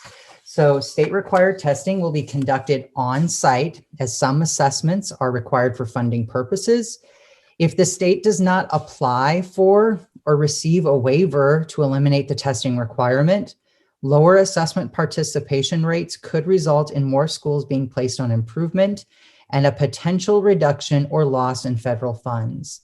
And just a reminder that K-8 buildings and the district receive title funding, and some of these dollars pay for many of the regular education and ESL teacher positions, as well as our ESL and migrant programs that are enabling us to provide these necessary services to our children. And so all of the assessments that you see listed here are in person because they cannot be done remotely. So the KELPA assessment, we have approximately 9,000 ESL students that we will need to determine and schedule coming in to partake in that assessment from February 16th through March 31st. We have ACT assessments that were funded by the state. And so they are strongly recommending that we provide every 11th grader the opportunity to take the paper ACT, which you can see the dates listed there for those assessments, the online ACT work keys, as well as the pre-ACT for all 9th graders. And so those are the schedules that are listed there. We're also listing the CAP summative assessment on this slide as well, as a reminder that we will be taking that in April, and we will be able to provide that services in that hybrid model. So that one we're not as concerned about as trying to find scheduling, but we will need to try to test all students in the hybrid model. Remote students, the state is strongly recommending that we try to do our best to assess our students that are in a remote setting by finding a schedule for them to come in. But we know that some of them may not be able to come in, and so they can work with us to opt out of that assessment. But it does count towards our participation rate. So just wanted to put that out there as well. Just a reminder, testing will be done and plans are being developed to bring those students into our buildings for these assessments. Again, the assessments must be delivered by a certified staff member trained to administer the assessment. All staff may be deemed necessary for this process and essential for this process. So again, HR has a letter template that they're providing to principals to provide to staff members that are needed to administer these assessments. If staff state they cannot return, again, the administrators will guide them to submit the proper accommodation forms to HR. Students will be bussed in for a series of full days to complete the assessments as scheduled, and those are students that meet the transportation requirements. And then we are working on providing meals for those students that will be in full day for the assessments. And we're working to be as creative as possible in our scheduling to make this happen. And so next, we know that we're bringing... Matt. Oh yes, go on, Dr. Miguel. Sorry, just a clarification. So like Matt said, we cannot administer those assessments without the adults, and it has to be certified teachers, especially for the KELPA. I want to remind everyone that it has a dual purpose of assessing students so that we will have fresh data as we continue instruction, but it also has the financial aspect that KELPA assessments, we use those numbers also to provide the funding to ESL, and that funding is part of what provides for ESL staff, support staff, translators. So we want to put an emphasis on the need. This is a mandate. This is something we have to do, and we will need staff. I want to emphasize again that schedules will be created for this, so staff will be communicated as those schedules are created. And if anyone has any need for an exception, we encourage them to communicate with HR. We will review the requests, and so they should not feel that that is not present for them. So I encourage people to use that if they so feel. Thank you, Dr. Thank Miguel. you. Sorry, get me back on. So as we begin to bring in staff and students, I know there's a lot of questions on the board's mind as well as our teaching community's minds about vaccinations. And so at this time, I will ask Elizabeth Morris, our Coordinator of Health Services, to give you an update on our vaccinations. Good evening, Board President Lopez, Madam Vice President, members of the board, Dr. Miguel, and Kansas City, Kansas Public Schools staff. It is my sincere pleasure to bring to you this evening an update on COVID that is one of hope. For a few weeks, we have been anticipating that the state of Kansas would be moving into phase 2 of their vaccine rollout plan towards the end of January. We sent out a staff survey a few weeks ago to gauge their interest, and we received over 2,500 responses from staff who indicated that they were interested in receiving the vaccine as soon as it became available to us. The unified government has been well aware that even though our students are learning remotely, we have never stopped serving our community in person. It is their priority, as well as ours, to get students back into the classroom as soon as possible. As you have probably heard, vaccine distribution across the nation has had a much slower rollout than we had all hoped for. While the Wyandotte County Health Department is ready and has the capacity to vaccinate 5,000 people each week, they received less than 1,000 doses last week. On Thursday of last week, we received the wonderful news that the health department had 400 doses available to begin vaccinating our staff this week. Then over the weekend, we received even better news that we could expand that to include about 1,000. Several department leaders came together on Friday to discuss how to begin scheduling employees, and we felt that employees who are in direct face-to-face contact with students, staff, and the community should be given the first priority. With yesterday being a staff in-service and grade prep day, and today marking the beginning of the third quarter, we were still able to send 250 individuals to receive their first dose. Those 250 staff members represent special education, ESL migrant, custodians, transportation, nutritional services, our tradesmen, athletic coaches, and substitute teachers, to name a few. This vaccine is going to be available to all district employees, contractual staff, interns, and temporary workers. I do want to make sure that everyone knows that the COVID vaccine is entirely voluntary. It is not required, it is not mandatory to be taken. There is no cost to receive the vaccine, and all employees will be granted time off from work in order to receive their vaccinations. And the best benefit is that employees who have received 2 doses of vaccine will not be required to quarantine anymore if they are exposed to someone who is diagnosed with COVID-19. And this next slide shows you a little bit of the fun and excitement that took place at the health department yesterday and today. Thank you so much, Ms. Morris, for your dedication and all your hard work to get this vaccination information to us. I know that it has not been easy, and you were working so hard to work with the Wyandotte County Health Department to get this necessary vaccine for our staff here in KCKPS. So thank you so much for that. We know that there are some questions from the board regarding the mask mandate for our staff. And so I'm going to ask that Ms. Kelly Tushman, Chief of HR, talk about the mask and social distancing protocols that we are putting in place for our staff. So Ms. Tushman. Good evening, Board, President Lopez, Vice President Page, and Dr. Miguel.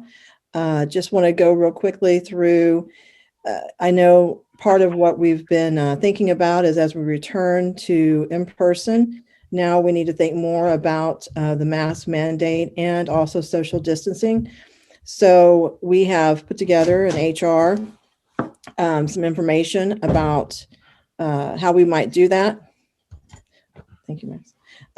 So in accordance with the first thing we have here is just what the mask mandate is, that in any public space, indoor or outdoor, any district property, you must wear a mask. Obviously, exceptions include if you're in an enclosed workspace, such as an office or a classroom, you do not need to wear your mask in those spaces, but when you leave, you need to put them back on. Doesn't include cubicles. And then, of course, it needs to go above the, with a nose and mouth and not more, below the nose. And yes, and even when we get the COVID vaccine, we also have to continue to wear the mask, and that's a very important part of this as well. And then also the social distancing protocol. So again, we want to remind everyone, we've been remote for a while, so we haven't had to think about some of the social distancing or physical distancing, but we are to remain 6 feet of space between ourselves and other people. And that includes staff meetings, elevators, bathrooms, office spaces. You can read that. But basically, we're, again, reminding people that we are not wanting them to congregate and that we are having virtual meetings still throughout this phase. So Matt, if you can go down to the next page. So the disciplinary action. So that's the question of how do we enforce this? So we will follow a progressive discipline process. And so the first offense, of course, we will just ask people to please adhere to our policies, or not policies, but to our protocol. Most of the time, that's all it's going to be necessary. And we will just document that we've had that conversation. Second time, we're going, and in any case, if somebody does not wear their mask, we will not have them in our buildings because it is required to wear your mask. So the second offense is a written warning, and an employee is placed on administrative leave without pay for the remainder of the shift. And this is really for the person who, and I do not anticipate that we will run into this issue, but if somebody refuses to wear a mask, then they will be sent home, and we will tell them that they have to return wearing their mask. And then the third offense is suspension without pay for 1 week. And then the fourth offense, of course, is termination.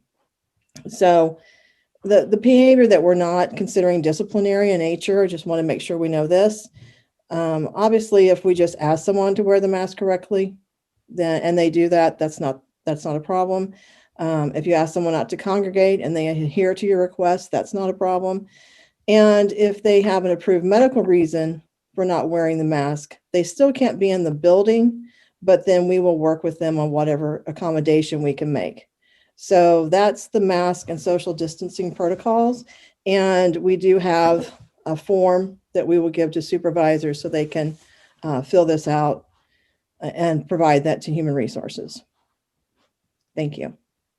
Thank you, Ms. Tushman.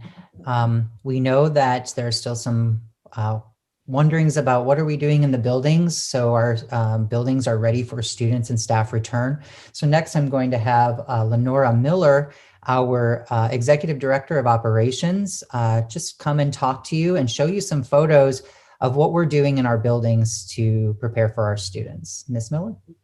Hello and good evening, everyone. Thank you, Matt. Tonight, I'm just going to bring some examples to you so that you have a visual of what's happening with our facilities and our district employees that are working very hard to get environments absolutely secured and ready and healthy for employees to return to buildings and also to welcome our students back to our buildings. So this is an example of an entryway at Noble Prentice. They're set up with their thermal temperature scanner, like all other buildings. And then you could see their front desk area has what we call transactional desk shields on them for additional mitigation risk. Here is a nice picture of our Noble Prentice Elementary desks with shields on them, already installed and appropriately spaced as per the guidelines. We are gearing up to make all the final preparations to make sure we are absolutely at 100%. So that was a very good job at Noble Prentice. And then McKinley, shout out to your staff and our facilities teams. Here is the entrance at the front of the building, and then also the office area example. And then New Chelsea, shout out to that team. They've got their desk shields ready, and we've overcome some of the challenges. As you can see, not all desks are alike, so we've had to get a little bit creative there. And then finally, we have Gloria Willis, who, as an example, we have those COVID-19 signs that's been posted at all the entrances at each building to help people understand whether or not they should enter the building and what should they do if they have some of those symptoms. And then finally, Gloria Willis, a nice picture there. Good shout out to that team. Gloria Willis entry into the transactional areas.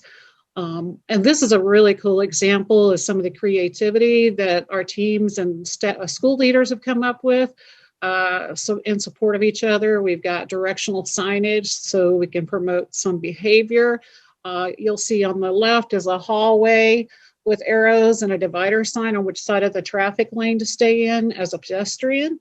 And then the up down on the stairwells, and some of the schools also have up only stairwells and down only stairwells.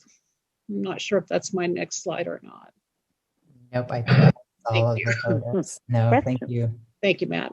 You're very welcome. Thank you, Ms. Miller. At this point, we know there's been a lot of information, and so we're going to open it up for any questions that you may have. Matt, I have a couple of questions. Yes. How are you addressing the early childhood? I'm going to let Dr. Kimberly Shaw share some of the things around early childhood and bringing them back. I'm Ms. Humphreys. With early childhood, we are still working to navigate some of the various expectations. Number one, having 2 classes in a day that we would then have to be ensuring risk mitigations in between sessions, as well as staffing and just different programmatic expectations. So Head Start has some very specific expectations around transportation. So we're working through that process. And what's really going to help us is the parent intention or the survey that they completed with their intent as to whether their child is going to be remote or hybrid. And so as we continue to move forward with elementary and some of the other grade levels, we're going to be able to continue to spend time working through all the different programmatic expectations that are required at early childhood. So we haven't forgotten about them. They do all have devices with internet built in. And so the majority of our families we have very few at early childhood that are reporting that they can't connect. But of course, as you know, it does require parents to be a part of that. A 3- and 4-year-old certainly cannot just turn on a computer and get on a platform and read and know what to do. and find that link. So it is dependent upon parents to be there to support them. But at this point in time, we feel we need a little bit more time to work through some of the risk, additional risk mitigations and requirements for childcare licensing and Head Start that fall into play with our early childhood programs. But we'll be ready to go by April 5th. So it's still very much a work in progress then. Yes, very much. So, okay.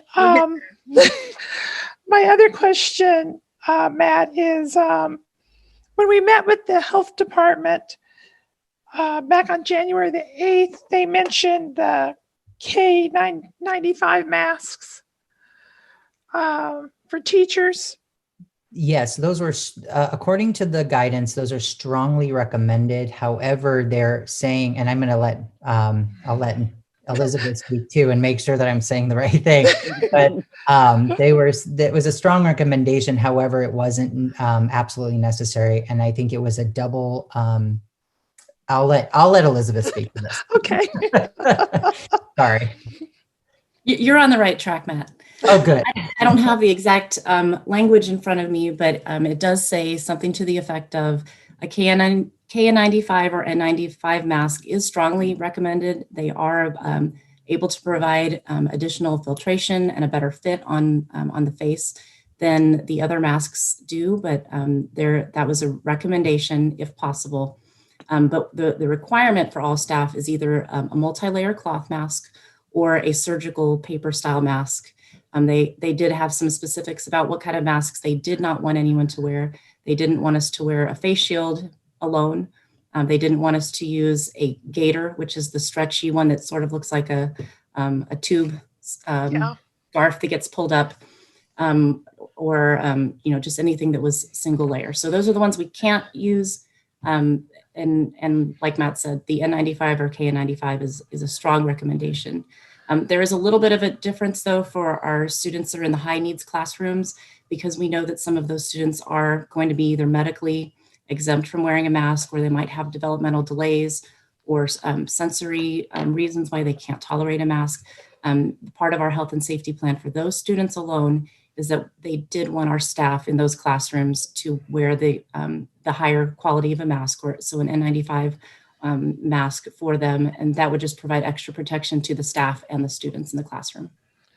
Well, I had seen more in the news recently where in Europe and other places they're requiring them to wear the surgical or the N95 masks for better filtration. I did not know if we were leaning towards that with our staff or if we were still on the fabric disposable masks. The other question I have for you, Elizabeth, is we're asking a lot more of our nursing staff, our school nursing staff, than we ever have before. And I know we have supposed to be having more federal funding coming down. Are we providing enough training and personnel to support our nursing staff in our schools? With that federal funding, would it help our nurses to complete all these tasks we're asking of them, to provide them with CNAs or medical assistants to help them? Is that something that we need to look into? Because there is a lot we're asking of them to do now. I think you're absolutely right, Janie. I think that would be a huge support to our nursing staff. We've taken on contact tracing, and a single case of exposure can take literally hours to complete the conversation with the person who has tested positive, get a list of all their close contacts, and then make those phone calls to them, and then document everything, and then let HR know, and then monitor them before they're able to return to work. So I think you're spot on, Janie. That would be so much support to our staff. And some of our schools, we've got more than 500 kids in them. And as we're looking at, I know that's something that, and hopefully in the long run, we're not going to need, but they talk about the medical professionals in the hospitals and the doctor's offices being worn out and exhausted. And I'm thinking of our school nurses and what all we're asking you guys to do. I didn't know that if that was something that we might want to look into, Dr. Miguel, as hopefully this funding comes through, as something that would help us be more efficient and serve our staff better if we could look into something like that. And I will say that the National Association of School Nurses also has some recommendations about the how many nurses to student, what the nurse to student ratio should be within a classroom. And some of our larger schools, just pre-COVID, really could benefit from having another licensed medical personnel in the building. So I would absolutely welcome those discussions. And one more question, then I'll let somebody else ask questions. Are you expecting any new guidelines coming down from the new administration in Washington in the next few weeks on how we handle school reentry and COVID protocols from the CDC? You know, I suspect that we will have some new guidance, but I will tell you, the Wyandotte County Health Department has been on top of things, and they stand alone as an example, not just in the area, but in the state, for what they've done with tracing, the vaccination site that they've set up, and their leadership in schools, honestly. So I think they don't necessarily need to know what a new administration thinks they should do, because they are above and beyond. Okay, thank you. You're welcome. This is Wanda Brownlee Page, and since Ms. Morris is on, I have a few questions, and I want to start one. We didn't have, according to what you told us, we were short 7 nurses. Have those positions been filled? You said it couldn't be an LPN. They had to, you didn't hire first-year nurses. You know, there's a shortage of nurses. So my question to you is, did you go to the nursing agencies that would provide subs? And do we have those 7 positions ready? Because in the reentry plan, it said they would be there on site. So do we have those sub nurses in? Because it's hard to talk about getting a nurse that's a CNA, and we don't have all the nursing positions filled at this time. So do we have the sub nurses ready in place and ready to go? We do not have those positions filled either within a district employee or an agency nurse at this time, but HR and several of us are in discussions on with some ways to solve that, some things that we will be hopefully bringing to you for discussion, hopefully at the next board meeting. Because I hope we're not doing, because I worked in the district for 30 years. I don't think it's fair to have secretaries doing that. And we have nurses.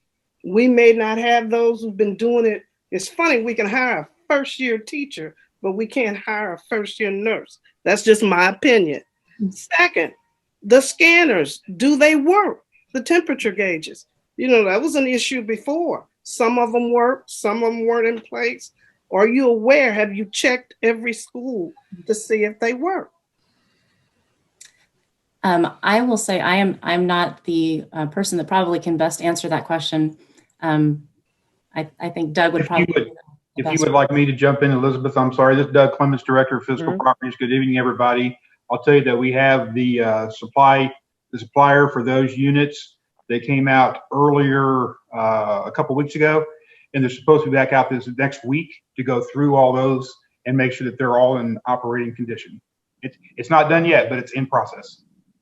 Okay, and then in terms of the buses, and I don't know if she would answer that, or I got to get somebody else to answer that. Or are they taking, I saw where it said in the reentry plan, they wouldn't take the temperature on the bus. Is that what we're doing? Because before they were going to take the temperatures on the buses. So I want to just add a little bit to what Doug said about the thermometers at the school buildings. So in addition to those temperature tablets, every school will have multiple handheld no-touch thermometers. We know that just that one tablet or even 2 tablets at an entrance might not be enough to facilitate getting all the students through without having congregation as they come through the door. So we are planning to have multiple people on hand able to check temperatures as children enter the building. And then if the tablet were to fail or not, if the temperature outside makes it not work or read correctly, we do have that ability to do a check with the handheld. As far as the temperatures on the bus, we had talked a lot about it over the summer when we were planning for students to come back. And it was felt that it wouldn't be necessarily a good use of time to check temperatures of students as they boarded the bus. Because if we have a student who does show that they have an elevated temperature, we're not going to leave them at the bus stop. We're going to bring them on the bus anyway, have them be checked by a nurse, make sure that that's a real fever and not, again, maybe something due to the temperature, or if they have a coat on and they're hot, for whatever reason, that's not considered an accurate measurement of core body temperature. So we would want to bring them to the school, have them checked out, and then make that decision there. We would not leave, especially a sick child, at a bus stop or turn them away. Well, I hope we wouldn't. And you said you all were going to get together and work on how we're going to use the nurse. And if we're saying people are coming back in on the 16th, when does this take place?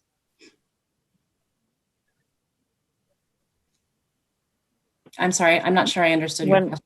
You made the statement earlier that you, along with Ms. Tushman, if I heard you correctly, that you all would be meeting, trying to decide what you were going to do about those vacancies for nurses.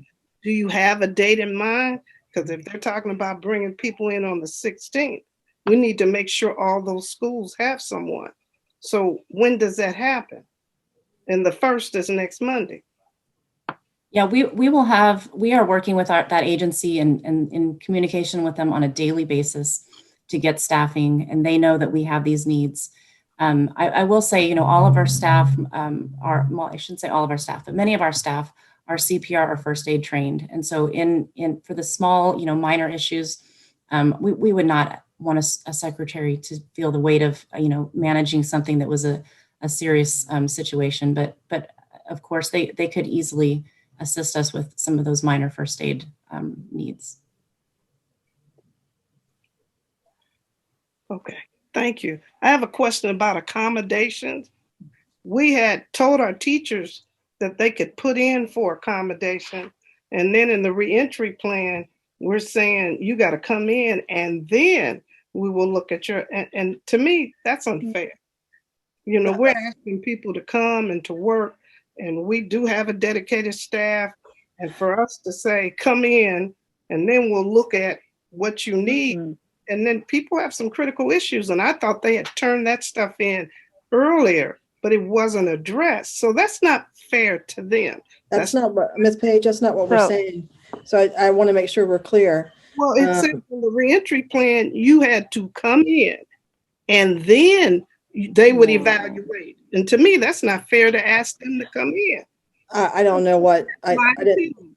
Go back and look at the reentry plan. That's what it said. Okay.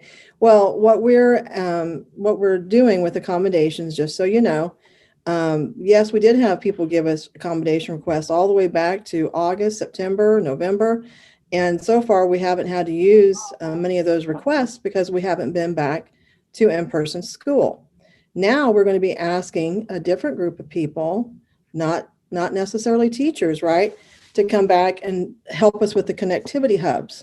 So that will potentially, it will probably trigger other people to now make requests. And we are dealing with the request based on when we're re-entering. So we'll be dealing with the February 22nd date first and making those accommodations. And so we do have a process for how we're doing that, but we have been doing this all along. We've been working with SPED as they've brought teachers back. We've been working with them and other situations that we have, and nurses, the same thing. So that's the process, and we'll continue that process. But I guess so let me clarify then. We will ask staff, they will receive communication letting them know that they have been identified to come in. And at that point, if anyone needs an accommodation, that's when we are asking them to submit the request for accommodation. We're not asking them to come in and then request the accommodation. So I want to clarify in case that was miscommunicated. Plan, It did say you had to come in and then In- they assess. So you're telling in the- me that what was written is not correct? Am I hearing you correct? If that is what it said, it's not correct. Are you referring to the presentation today, Ms. Page? No, what I got in your Friday Okay. notes. If it said that, Okay. if it said that they have to come in, let me correct that. That would be incorrect. When they receive communication, then they can request an accommodation. Because what it Thank said you. in the plan was different. But you're Okay. saying disregard that. That's not what it is. Yeah, so it sounds like, just for clarity for everybody listening, no one is going to be expected to come in and then request an accommodation.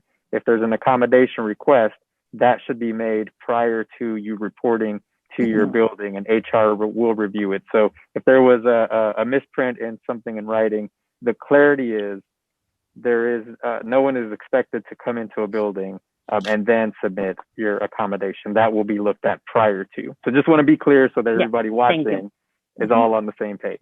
Thank you. And the reason I asked that is that's what it said. So I just want clarity. Plus, if you already have them, a lot of them already pre-submitted them, do they have to resubmit it again if you already have it? Well, I am sure a lot of them will recontact us based on the information. When we send out the letter, I'm sure a lot of them will recontact us just to make sure again that we have it. But yes, it's just going to be a simple matter of revalidating what they have already submitted. And then it is a pretty easy process. The thing that makes it difficult is not knowing when we're asking people to for sure come to in person. And so now we have some certainty around that with the February 22nd date with a group of employees. So it'll be a much easier process. Okay, and then I want to ask Ms. Morris another question. If she has that data, I went to the health department page and I saw the positivity rate. One said 44%, another one said 27%. Would you happen to have that data? I have not taken a look at the data today, so I'm not sure which graph that you're referring to. That might be, I don't know if that's the daily by date each day. So there may be a day that they had a higher percent positive. I do know they said this morning that the percent positivity is trending down and we're sitting around 28% positive. So they're cautiously hopeful that we're stabilizing. It's still very high. But that we're getting to a better place than we were a few weeks back. And I'll jump in real quick, Ms. Morris. Yeah, 27 or 28% is what I heard on the call with the health department this morning. For the 7-day rolling. And correct. And part of that is because the number of tests being provided is a lot smaller than what they would like to see. So they have a smaller testing, smaller size of testing population, which then they figure contribute to that being because more of the symptomatic folks are going to get tested. And so they think that's part of the reason that the number is as high as it is or as high as it was. But that is part of it. But to your point, Ms. Morris, Ms. Page, that number is still way too high than what we want to see it. So I'm gonna let some other folks answer or make some questions. It looked like Ms. Clark had a question. I saw you leaning in, Ms. Clark. So I want to make sure other board members have an opportunity. Dr. Nguyen, I see you as well. If you have a question, I just want to make sure all board members have an opportunity to ask questions, given the time that we have. Ms. Clark. My question is really around stats, and I'm sure we've done our math here. I'm just curious about how many students are we saying that we're bringing back in? We've talked a lot about the plan, but not necessarily around the stats around the plan and how many kids are truly impacted. And whether you have that or not, I don't know. Because we're making a little bit of an adjustment, we're still focusing on around that 1,800 mark, but I will ask the IIOs. I know that they've been working with principals to identify those students, continue to identify, and they've been documenting that. So they may have some more up-to-date numbers, but there might be a little bit of a difference based on what we said last time, just because of this updated version. Okay, and so Mr. Anderson, is the criteria, is it set for every school? I'm curious about the standards. So is every school following the same criteria? Here's some very high level, and I'm fine with the high level, but as you start moving down in the weeds of things, is the criteria for every student the same? In every school? Our goal is that this criteria is the same. And so what you see in that guidance document is what every building has received for the guidance around which students we are targeting. Dr. Miguel, did you want to share more? It looked like you were. Oh, yes, thank you, Matt. I wanted to share what we shared with principals is to identify those students who, as of December 18th, I believe was the date, Matt, have demonstrated either no connectivity or very unreliable connectivity for whatever reason. The unreliable part, for whatever reason they are not connecting, those are the students that we are identifying. So the numbers will vary greatly from school to school, just because of location of the school in some cases. And we are collecting those numbers. So we will be able to report once they finish contacting students. Remember also that we are contacting students and the parents may still say, I understand, but my child is not coming. So it doesn't mean that every student identified will be coming in. So once we have those firm numbers, we will continue updating the board and bringing those numbers in. And then my only other question is around the connectivity hubs. So I hear connectivity hubs, and I'm trying to take my imagination away from this. I understand we'll have staff there as well. If I put a visual behind this, we have students. The students are set up in their own seats. They're logging into the platforms, and they're doing as if our students are doing that are at home. They're participating in that exact same manner. Really, it's more of just providing them a place to be able to go that is stable. Correct. And then they would get their breakfast, lunch, and then they get a designated recess. And then there's someone there to kind of support them if they're having technical issues along the way. Okay. Thank you. I know I asked questions that you answered. I just wanted to make sure I 100% understood. No, that's. You're totally fine, Ms. Clark. Thank you. Yeah, no apology needed. Thank you. Dr. Wynn, just want to make sure you have an opportunity to ask questions if you do have. Thank you and good evening. Two questions. One, excuse me, Matt, did I understand, and please explain, did you say some remote students can opt out of being tested, taking the state assessments?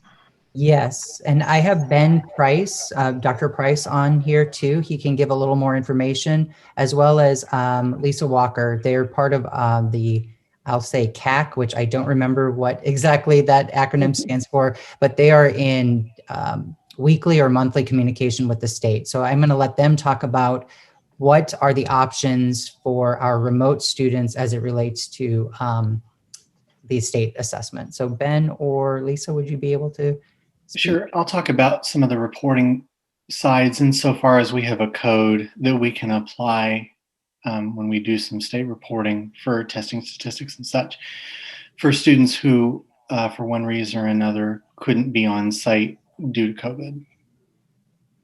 So the accounting can be taken care of by a code when I do some state reporting at the end of the year. So Ben, okay, I'm sorry, I didn't understand that as allowing the student to say, I opt out of taking a state assessment. I mean, technically, if all of our students are remote, then we could have 22,000 nobody taking state assessments, right? I think that there would have to be, it would have to be family driven. So I know in the past, it's my understanding too, that families could always submit a letter opting children out for state assessments. I know I've seen a couple of examples of some school districts that have posted a form letter detailing the fact that you as a family can opt your child out of this assessment. Now, is that just because of COVID, or that's been the rule all along?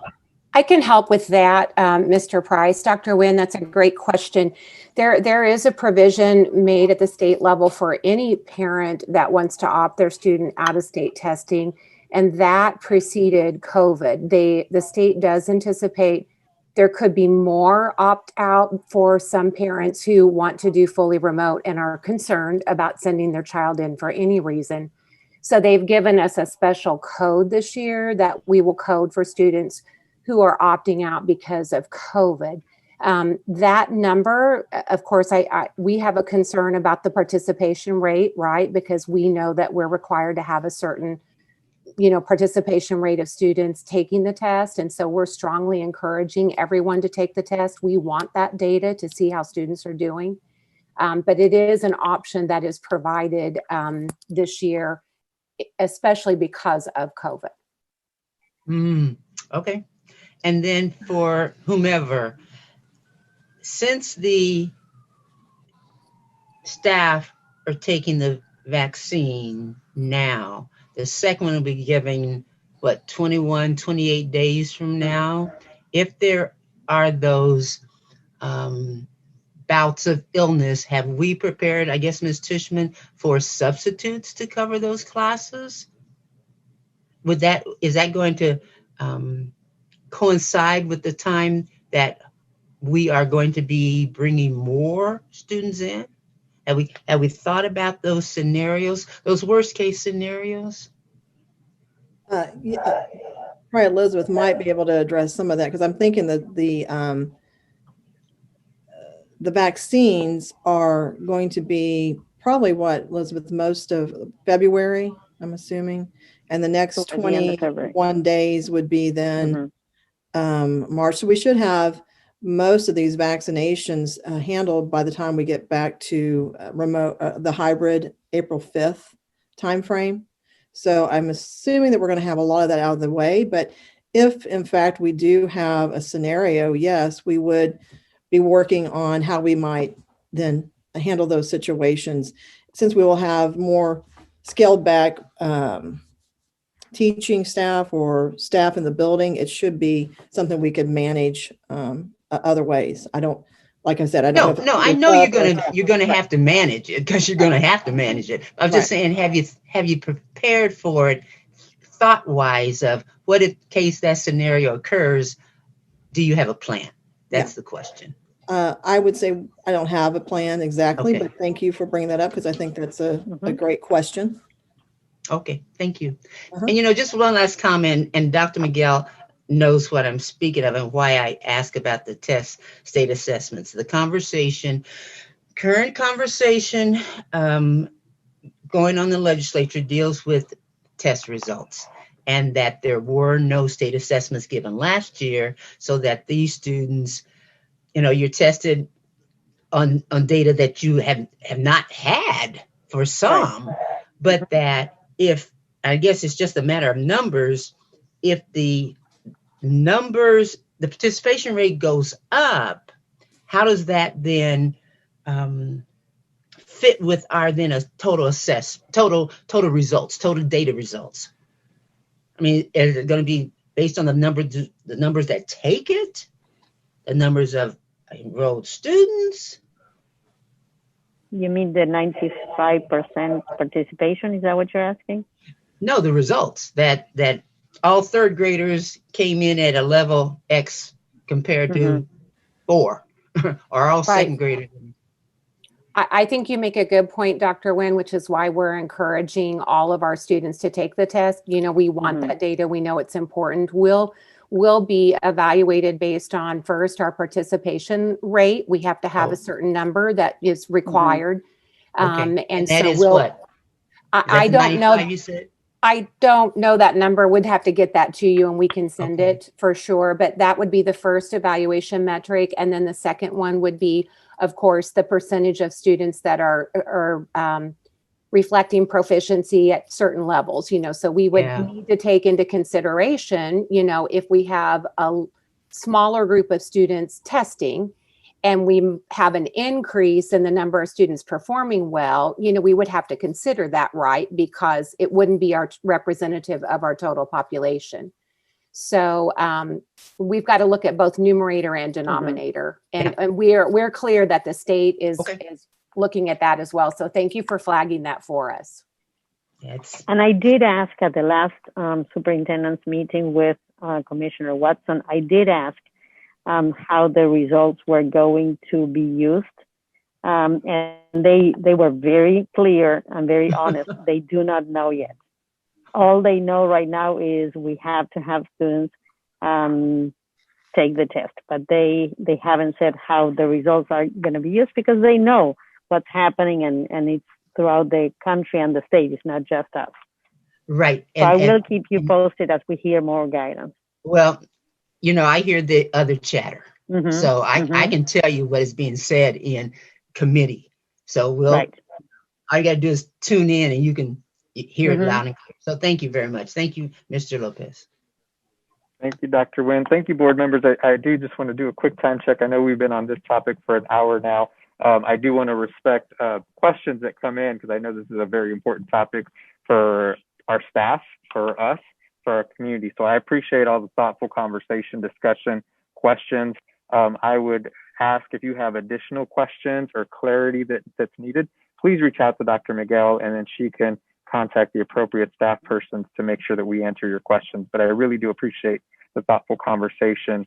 And there's no action needed. This was informational. They'll continue to bring information at every meeting. So again, I appreciate all the staff that updated us today, and for the thoughtful questions.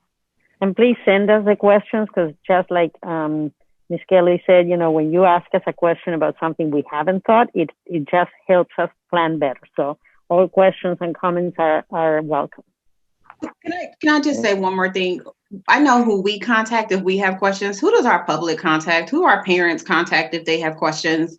I want to make sure that we start giving and providing that communication, because sometimes I think things are misdirected. And so it feels like the ball's been dropped and the ball wasn't dropped. Maybe you didn't get it to the right person. So for our parents, and teachers, and staff listening, who do you want them to contact with their concerns? So we always ask that their first point of contact be their principal. And the principal most likely, or hopefully, will have the information. But if they don't have the information, they know who to call, which would be either the IIO, Matt, or myself. But then they also have that contact information for the parent or the teacher that they can get right back to them. So ideally, your point of contact is always your principal. And thank you, Dr. They can always, I'm not going to say what I was going to say, because we want them to contact their principal. Please do that. Thank you. I appreciate it. I just want that to be out there. And we might need to say that more and more as we keep touching sticky situations, to make sure parents and staff and everyone else knows who they should be contacting. Thank you so much for that. That's great. Thank you, Ms. Clark. Okay. Dr. Miguel, we'll continue on with our agenda. Yes, and we have the next item is the recommendation to accept as a first read the proposed policy update to GAR as submitted by KASP and legal counsel. Mr. Gohin, do you want to share some information? Sure, and it might make sense if we take up all three at the same time, unless somebody really wants to take them up separately. There should have been an email that went around to the board providing a copy both of KSB's policy updates, as well as marked up or redline versions of the three that we're recommending be modified. I think those were uploaded into board docs as well, so they should be available for you guys to review. Basically, the three that we're recommending that you go ahead and make changes to are rather small changes to the board policies on evacuations and emergencies, which is EBBE, the board policy on communicable diseases, which is GAR, and the board policy on students involving communicable diseases, which is JGCC. And basically, each one of these changes are related to things we've learned since the COVID virus that we did not have placed in our policies. The language recommendations are coming from KSB. They include making revisions to add the local health officer as an individual who can make certain decisions in connection with those types of events. It includes the ability of the superintendent to close the school in the event of a epidemic or a virus situation or a health concern or safety concern, which the superintendent already has authority to do, but this just makes it clear in the policy. And so that's really all these are designed to do, is to address or update those board policies to take into account things that were not included in them because we hadn't had a pandemic since 100 years. So that's the rationale behind those three.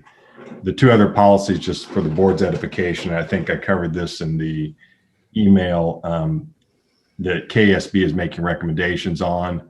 We think those two policies could be revised, but would require some staff and administration input before that takes place. So we're not making any recommendation on the other two at this time. So it's just these three that we're asking you to accept for first read. I make a motion we accept the first read for the changes to policy GAR, JGCC, and EBBD. Second. Moved and seconded. Any questions or discussion? I have a question, Mr. Goheen. On the communicable diseases, it doesn't say anything about if a staff gets it, how are they, will we cover them, or do they have to use their sick days? I mean, that part was not included. So where does that come up? Does it come with this? Because you would think you would have something with that to talk about. If let's say I get COVID, I'm a teacher, I got it at the school. So would I have to use my sick days or my personal days? I didn't see anything on that. So where does that come up at? That's covered in the leave policies under the personnel policy section, and for teachers and other folks under the negotiated agreement, it falls under the negotiated agreement. That's not these policies. That would be your policies, and I can send you which ones those specifically are. That covers when you're eligible for sick leave, when you're eligible for other types of leave. Okay, but this is something new. So communicable diseases, it's already in the leave thing? And sure. You said something new. So no, add something to that? No, because your leave policy already covers any kind of illness. It's not limited to a particular type. So a communicable disease would be covered illness, just like if you got the flu and were sick, or just like you got some other disease that was transmitted, through the air or through some other contact. But the only thing I'm wondering about, the flu is different. I'm gonna take sick leave or my personal days. Right. If I get sick from coming to work, I might feel that I shouldn't have to use my sick days or my personal days because I got this because I came because somebody else infected me. So I'm just asking, we don't cover that? Because you said this was something new, and I don't think that's in our regular sick leave thing. So I'm just asking, wouldn't we add more to this than just to leave it the way it is? I know it's the first read. I'm just saying, do we need to add that for clarity to make sure? These policies that the recommendations are on do not relate to leave for employees. That's just not what they're covering. And you could go to school and get sick for the flu. I mean, and that's usually how you would get it, right? You'd come into contact with somebody who might have the illness. If the board wants to take a look at the leave policies, that's certainly something we can do, and I can send those around to everybody and take a look at. Right now, you guys cover any kind of illness under your sick leave policies, and there was a federal statute that was in place for a period of time. It expired at the end of December. It gave some additional leave specifically related to COVID. I assume that the Biden administration will try to get that extended. It has not happened yet. But if that happens, then we'll follow federal policy on that. But right now, we're back to, you have sick leave that covers this. And if you're out of sick leave, then we'll talk to each individual at that point and see what happens. But that's basically where we're at right now. And we do not charge employees for their sick leave if they got sick because they were exposed at work. So that is one thing that we have continued not to do.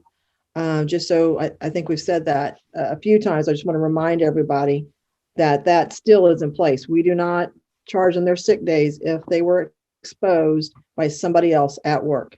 Well, the reason I asked that, I thought they said that the COVID monies had ran out and now people had to use their sick days or their personal days.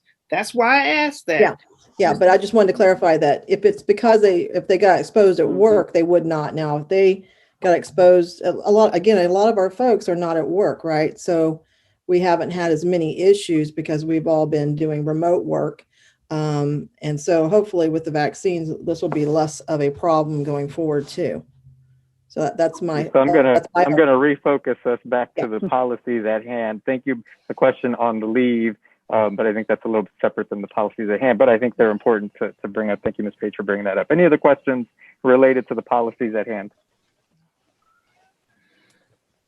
If not, I would ask Ms. Warren to do a roll call vote, please. Clark. Yolanda Clark, yes. Maxine Drew. Maxine Drew, yes. Janie Humphreys. Janie Humphreys, yes. Randy Lopez. Randy Lopez, yes. Wanda Brownlee Page. Wanda Brownlee Page, yes. Dr. Valdenia Wynn. Dr. Wynn, yes. Dr. Stacy Yeager. Dr. Yeager, yes. Thank you. Great. Thank you, everybody. Continuing on with our agenda, we are at the consent agenda. I would entertain a motion to approve tonight's consent agenda. So move. Second. Moved and seconded.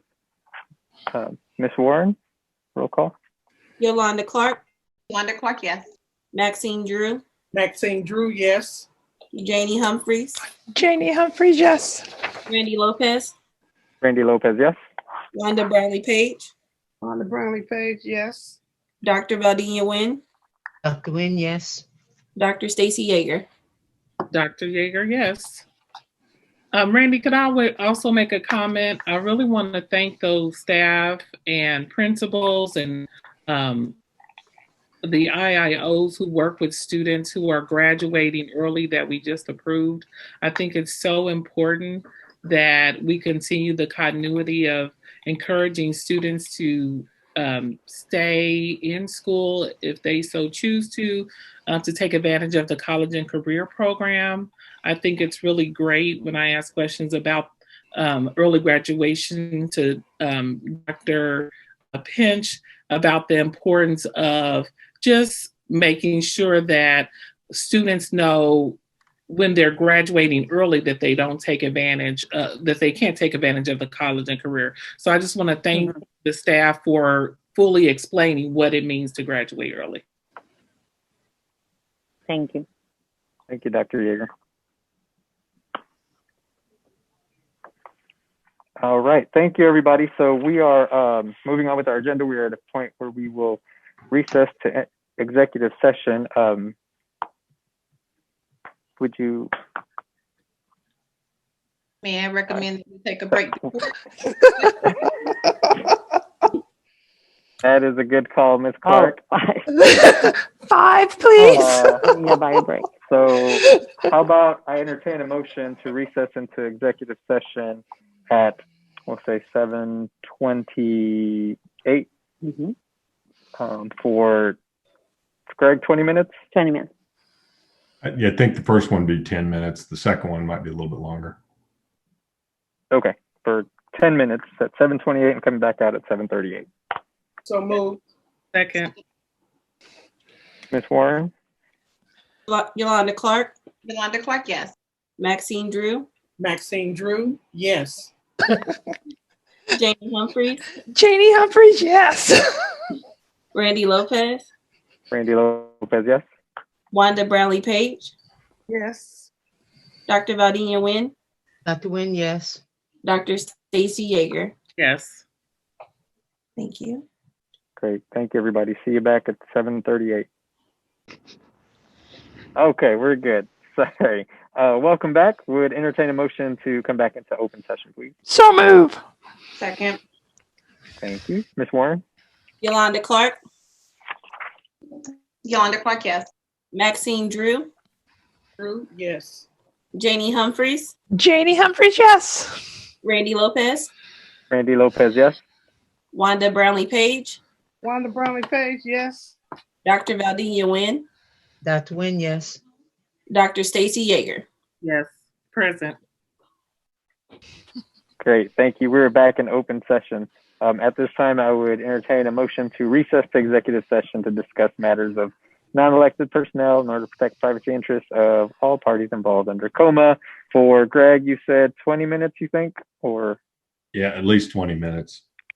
For 20 minutes, going in at 7:42 and coming out at 8:02. So move. Second. Thank you. Ms. Warren? Yolanda Clark, Yolanda Clark, yes. Maxine Drew, Yes. Janie Humphreys, Janie Humphreys, yes. Randy Lopez, Randy, yes. Wanda Brownlee Page, Wanda Brownlee Page, yes. Dr. Valdenia Nguyen, Dr. Nguyen, yes. Dr. Stacy Yeager. Yes. Thank you. Great. Thank you, everybody. All righty. Welcome back. Can I get a motion to come back into open session, please? So move. Second. Thank you. Ms. Warren? Yolanda Clark, Yolanda Clark, yes. Maxine Drew, Maxine Drew, yes. Janie Humphreys, Janie Humphreys, yes. Randy Lopez, Randy Lopez, yes. Wanda Brownlee Page, Wanda Brownlee Page, yes. Dr. Valdenia Nguyen, Dr. Nguyen, yes. Dr. Stacy Yeager. Yes. Great. Thank you. We're back in open session. Just want to say thank you to all of our staff and my board colleagues. Great conversation tonight. And with that, is there anything else? We are adjourned. Thank you. Have a good night. Thank you. Good night.